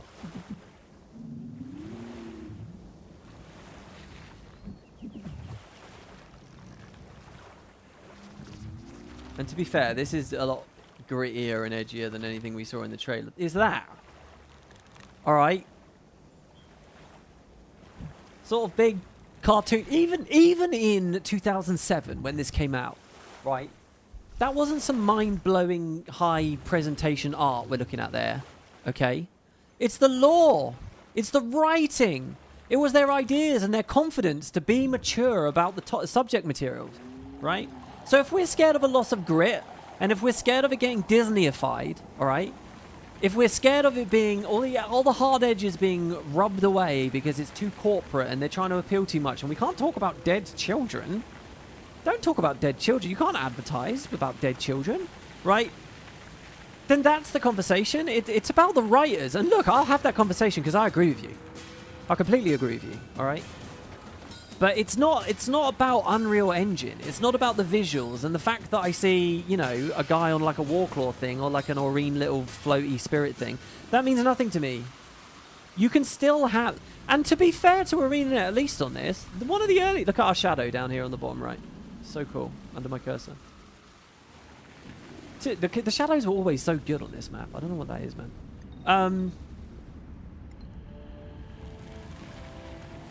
One of the initial pieces of concept art is Abaddon holding his decapitated father's head. So I don't know. When we talk about a dark tone, we can talk about it, but I think it's the writing. And by the way, I think they only ever nailed it in Nightfall. Guild Wars 1 had some stuff like, oh, humans eating char or whatever, but it was Guild Wars 1 sorry, Prophecies is so surface. It's so thin. It's just a world tour with a twirling mustache villain. Prophecies is not it. Factions had great world building. I don't know whether it was really gritty necessarily. I mean, it kind of was. It was, yeah, all right, no, I take it back. I've changed my mind. Factions is pretty fucking good too. It has the, oh look, Ensless. It has the, oh my god. Dude, he has the actual fucking moves. This is sick. I did do this when it came out, but I don't know if I saw Ensless. You know, it has assassins are a part of the actual culture and all that kind of stuff, so. Shit, I really thought I was out of that. I think I got NA clipped there a little bit. Alright, we dodge. Yeah, satisfying. I love this fucking guy. This is great. Oh, I tried to jump. No! Oh, we should have used our energy to stun break dodge roll. I didn't realize they straight up gave him the same mechanics for a whole Zerg fight. That's very cool. I still love Guild Wars 2's combat. Once you actually have a build and you're into it and all that. No, I missed my damage buff. This telegraph seems very weird. Did we have to run out? What the fuck? Did we have to break a bar? This one's good. That's the suck. The only question here is, do we have the energy? I'm going to go for the stun break. Okay. No, he did it again!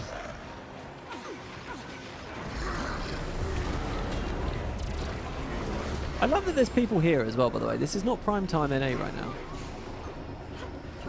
I was going to just try and run out of that. I knew it was a bit optimistic. I'm a bit worried about why he went invuln for a second. Right into that. Bard's broken. We have stab this time. It's pretty fucking good, actually. They just want me to run out of this, really. I don't want to run out of that. That's a big knockdown.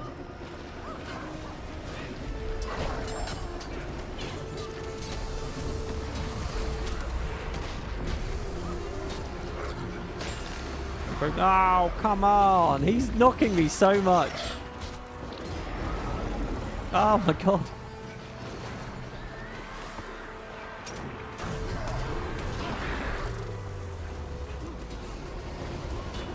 I do hate Rev on NA. So much more lag and just annoyance. Alright, A just saved us there.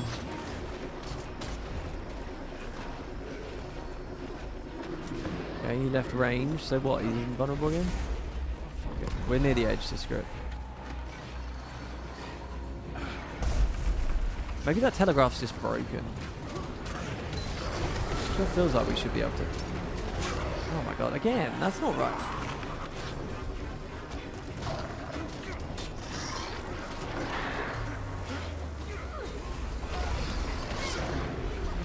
So here's the problem, we don't have the endurance for everything. No alacrity, so I'm just going to swap. No! Ah, if I'd used Unrelenting, and I was thinking I should, I would have teleported with him, and that would have been really cool. This might be it, after that break bar.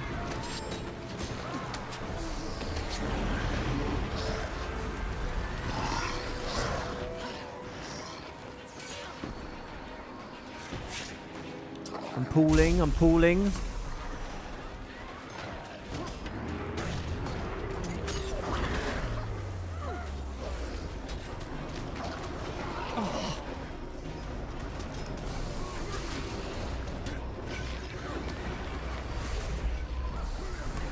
I swear when I did this, it was just like the molten boss constantly. Alright, there we go. Woohoo! Right, yeah, sorry, chat. Hi.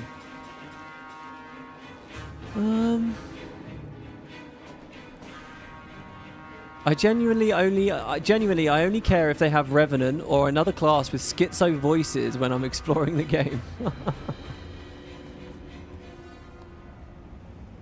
Do we know about classes? We don't. The movement looks very smooth and low struggle. Guild Wars 1 love the effort the characters put into their casting animations in particular. Warrior could use some updates. I'd like to see the heavier animations come back. I'd like to see a bit more weighty combat and not speed everything up and make everything really floaty. I feel there's parts both of Guild Wars 1 and Guild Wars 2 that look clean and shiny and pretty. It's just about situation and perspective. We just haven't seen it in Guild Wars 3 yet. I think that's fair. I would have liked it in the trailer though. Oh, here we go. Extremely unsatisfied voter here. I wanted to see them go all in on the painterly style for the assets. In the trailer, the cliffs look too much like Palia, Fortnite, and other UE5 multiplayer games. Here, I want to, just before we end this video, I want to do one more thing here.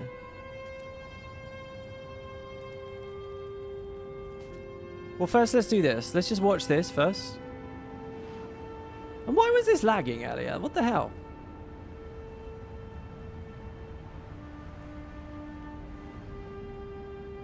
Like, to me, these environments look really dead. Like, look at this. Sorry, even just from the start, the environments at the very beginning look absolutely... Look at that. Sorry.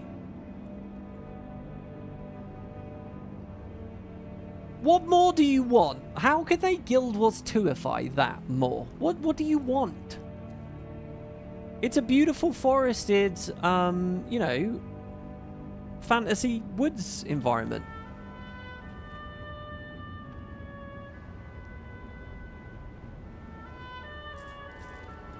It's like they're caught between people who are annoyed that it looks like a Disney thing because of all the creaking, bent, twirled trees.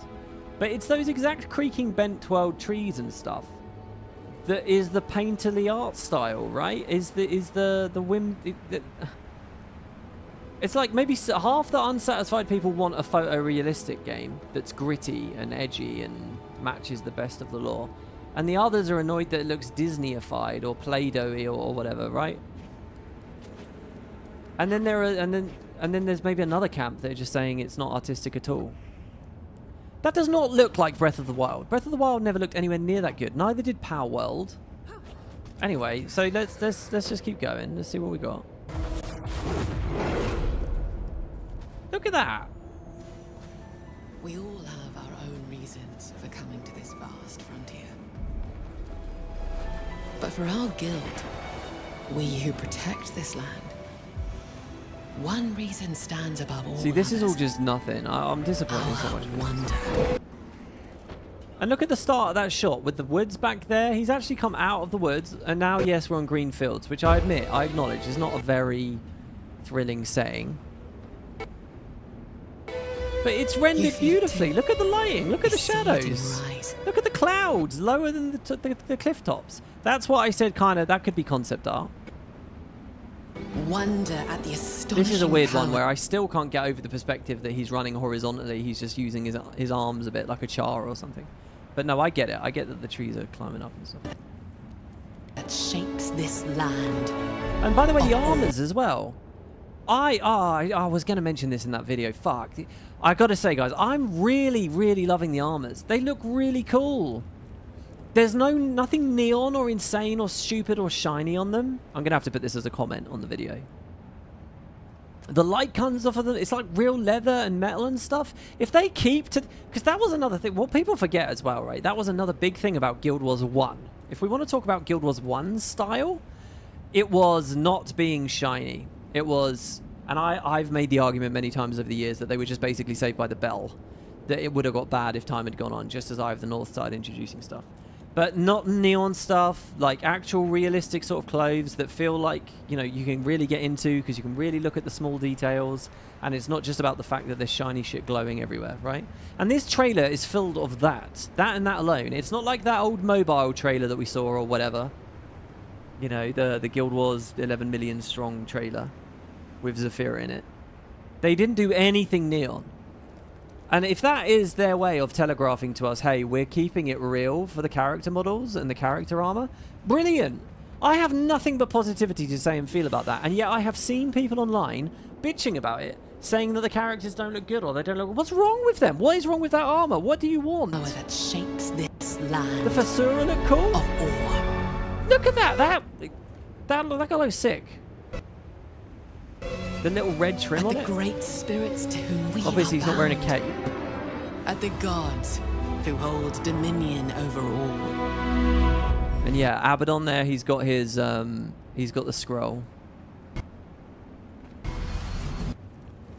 So is that Grenth in the middle then? Hold on, let me rewind real quick. I just want to, now that we know Who that holds it's... dominion over all.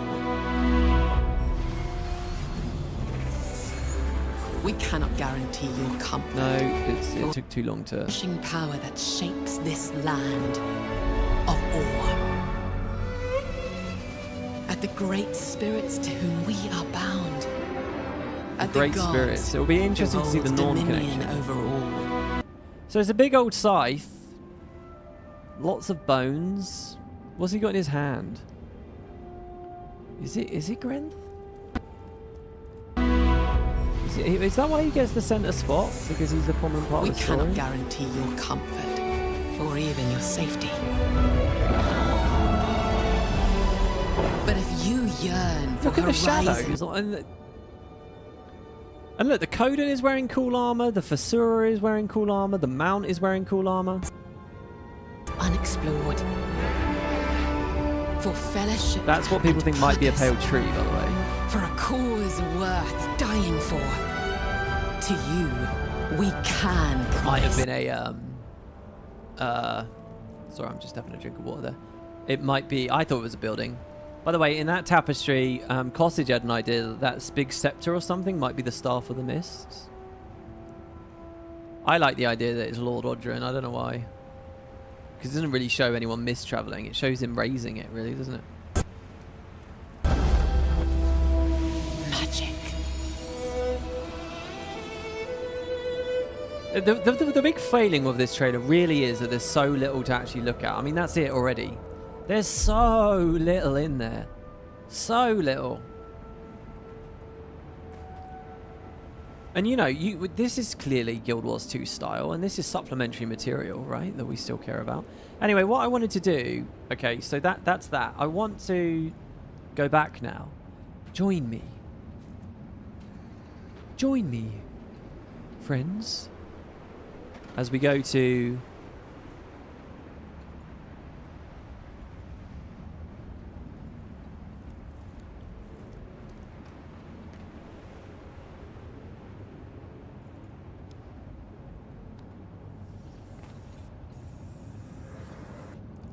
As we go to Guild Wars 2's release trailer. Because there's no reason to do any of the Guild Wars 1 trailers, let's be honest. There's no reason. So what do they hit us with this time? First of all, this isn't a teaser. This is longer. This is twice the length. Okay. So this whole section here, you know, maybe we'll get a Guild Wars 3 trailer that's like this at some point. But we get lore. We can call this painterly and like the art style, obviously. But it's not in engine. it does nonetheless represent cutscenes. Like the cutscenes are like this, literally like this, as you play through the dungeon story. Not too many of them, and sometimes, you know, like at the end of season 2 and stuff. I mean, this literally is at the start of Ara.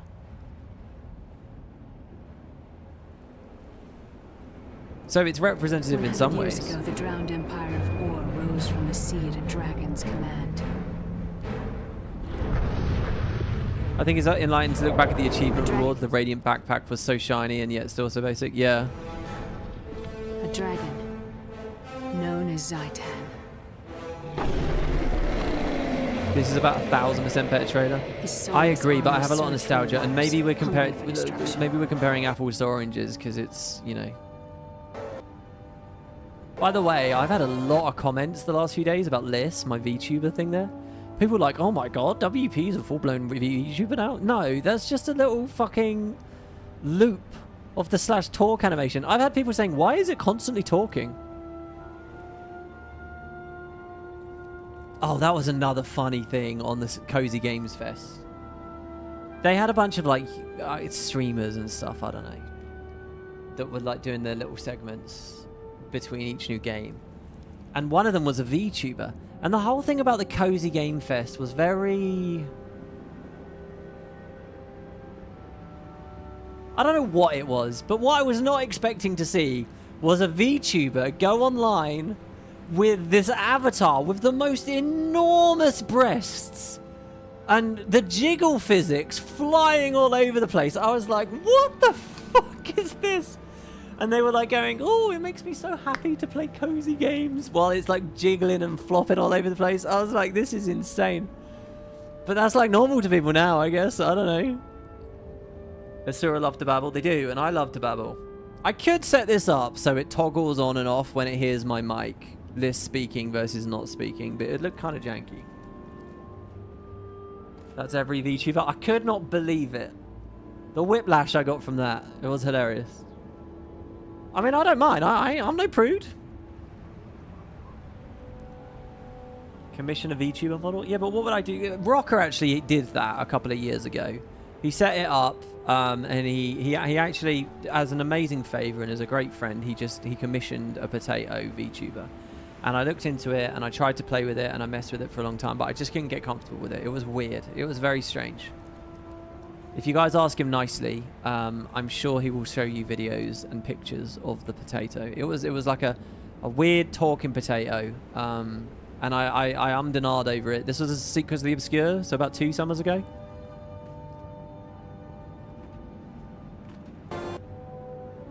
The audience is getting cozy, all right. Anyway, let's keep watching. By the way, this is a 720p trailer, but it's the best version that exists because it has the highest bit rate. So it looks really good in movement. I did once cook up my own 1080 version of it, but I never got it perfect, so I always just use this, the 720 offering. The 5 races must stand together against You can feel that the other offerings they did are compressed to shit. This is the best one you can get. And look at it, I mean, look, when we talk about the art, but this ain't Guild Wars 1, chaps. This is Guild Wars 2. Everything you want to credit there. Do I want to see that rendered in Unreal Engine 5? You bet your fucking arse I do. together in glory. It's funny as well, isn't it? Suggesting that Air is partying with a Coden, but that was never a story. Classic K. New magic, new technology that will save our Zoja. Will Felicia Day be in Guild Wars 3? Look at the char. Look at these char. These char are back, baby, except maybe the industrial elements. And then there's this. I really thought that they should do this shot in the new teaser. A melt from concept art into in-game footage. That would have been so perfect. Am I just like too stuck in the past? Wouldn't it have been perfect to echo this beat in their new trailer?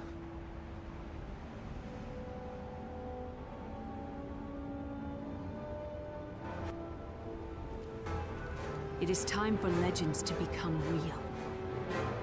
And that's such an impressive shot too. So, okay, so here we go. So now we look at Guild Wars 2. So there you go. Painterly, artistic. Is it about the engine or the assets? Can we expect an Aura that looks like that? But then look at this. I mean, yeah, it's a hill, and it kind of feels like a canted shot. And this blew my mind when this came out. I want to be very clear. But we're not looking. We're kind of looking at. You want to compare this to the fields we just ran through on a mount? I ain't bitching. I think they look good. It's pretty much generic fantasy here, isn't it? I mean, the skybox looks incredible. I mean, that's the. Couldn't we have seen the skybox moving and stuff in the new one?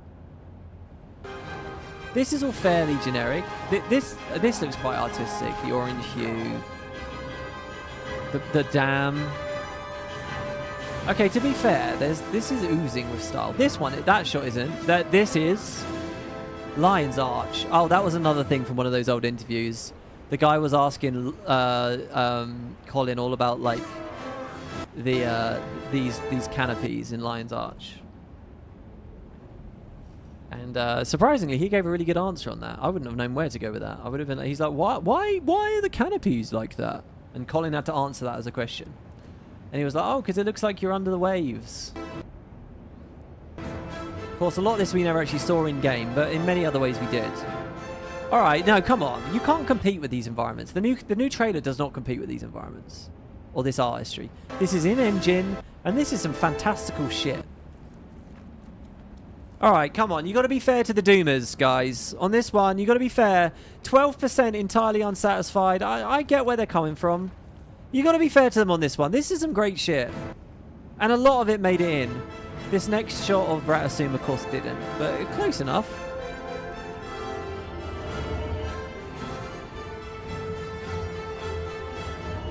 What always strikes me as we come up past this is the little, like, smoky... This is fun, guys. This is kind of like a last hurrah. I don't know whether I'll ever be doing this again. I don't know if I'll ever be poring over this trailer. I have many videos and memories of doing this, and this is the end of the road, really, isn't it? There's not much reason to do it anymore. But these, can you see like the little smoky thing suggesting there's all this industry going on in there? And we go down and we fly through. So there is some engine stuff in the clouds and things. Which haven't played the game now, we know what that's like. There was a big suggestion. There was a lot that you could play in the interior of Ratasum there. That shot is unquestionably insane. Look at that. That's fucking amazing. That's so baller. That also is not in-game, though. That was constructed just for the trailer. What's it called? The place right outside Ratasum is a bit like that. That's just a field of trees. I remember even when this came out, people were criticizing that as being boring and the trees looking flat. I remember that. Like the leaves on the trees. Like this tree that swings past in the foreground. What I will say is you get a huge... That tree right there, right in front of us. The leaves look very, like... Not really like trees. I will say you get a great diversity of environment. What is lacking in interest... That's insane. The sanctuary is so fucking good. And the mountain in the background.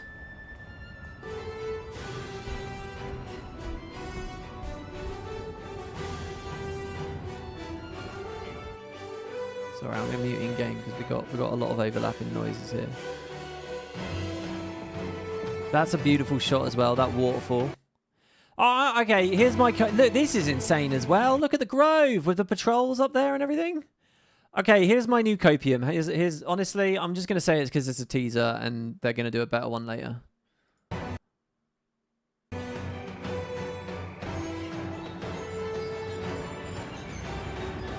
You thought the very first teaser we got for Guild Wars 2 didn't show this much? This was the original trailer. They might have done the concept art reels before, the ambient immersive concept art reels, but I don't think that really counts. This was not in-game. This is the wall. But also, fairly generic, the stuff at the wall. The underwater stuff, the new trailer's missing this.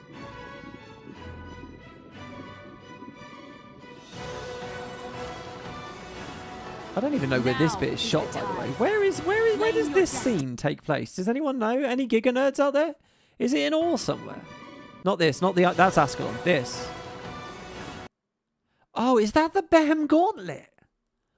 Is that the Behem Gauntlet jumping puzzle in Blaze Ridge? Not Blaze Ridge, Fields of Ruin. It is, isn't it? Is this the Behem Gauntlet? They staged Destiny's Edge there. Now is the time. Claim your destiny. It might be. Forge your legend. And look, it becomes concept art again. That image of those ghosts is so good. I feel like I'm seeing all this again for the first time. Claim My your new destiny. super sight, supervision. Forge your legend. Look at those ghosts, man. The faux fire ghosts. What a fucking nothing burger of a story that's ended up being.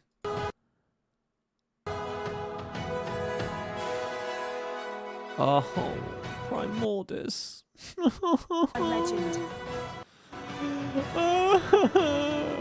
Why? Look at this eye glow. Ready? Watch. Ready? Ready? Ready? Ha! The first of the dragons awakes. The thrilling conclusion. Well, you guys can play and find out how that one goes.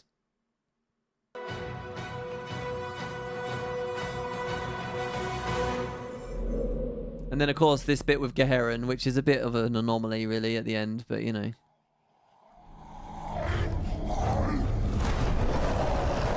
But look, showing bosses and stuff. So, there you go. I just wanted to do that last little comparison to the original. The original.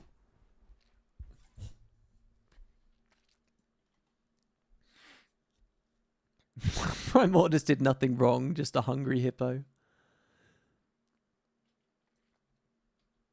It's okay, guys. He's alive again. He's alive again in Guild Wars 3. We can go back to the central transfer chamber. The Asura probably haven't built it yet, but you know. The music. That was your biggest disappointment with the Guild Wars 3 trailer. That's true. I don't really remember anything about the music right now.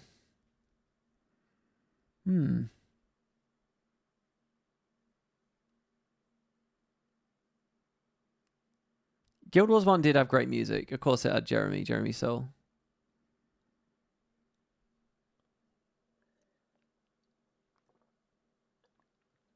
You were just looking at Primordus' hollow model in Holbrack. Oh yeah, it's in Holbrack. We can go have a look at him. Let's go look at our baby.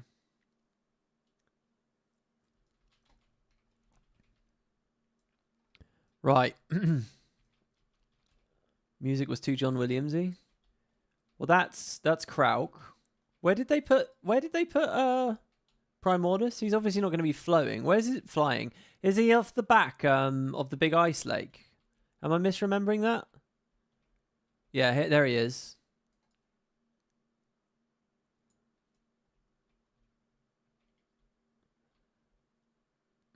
Yeah, here you go. This is these two.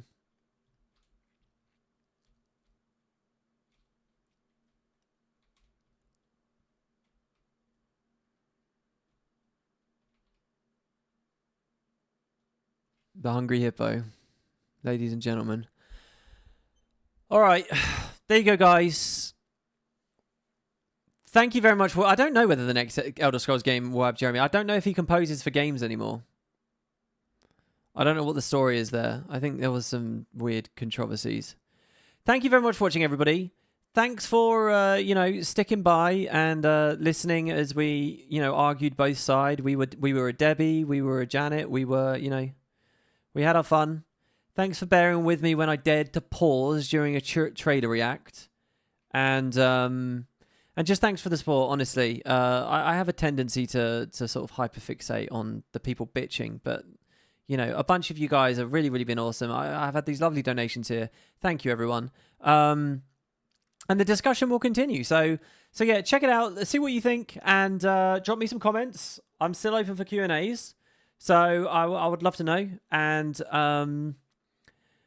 I'll see you next time for more news. So what is it? It's Sunday, so I'll figure something out to do tomorrow, and then they have their live stream on Tuesday, and then I think WoodenPotatoes is dropping a bit of news with an interview after that. He got blacklisted. He scammed people. Wow. Right, well, tell me about that as well. Oh, yeah, and finally, bit of life advice for you all. Get your eyes checked, seriously. It's fun, it doesn't take that long, and it might blow your mind. I'm currently a very happy chappy. Cheers, guys. See you next time.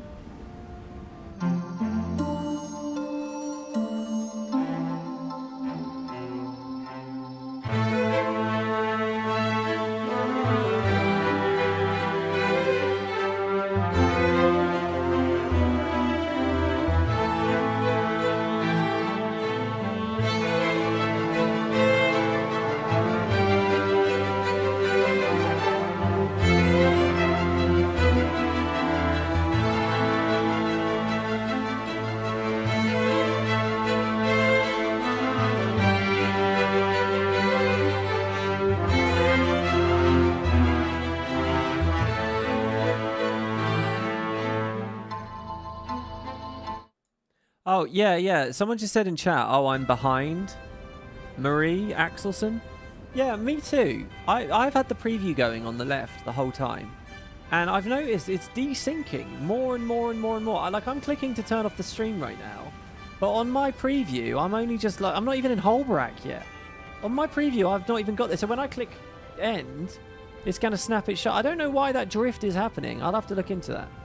Because, yeah, that's a bit weird. Some people now, it's just going to suddenly go black, and that'll be over. How was that 3.5 hours? I know, it was quite a lot. I've got to pace myself and not do too much. And I feel really bad, to be honest. I was going to stop an hour ago, because I've got to go check on the dogs, and I've got to feed them and stuff. So, yeah, they usually eat at like 5, 6, 7. It's now 8:30. I'm going to go feed them. I'm going to go eat them. Farewell, guys.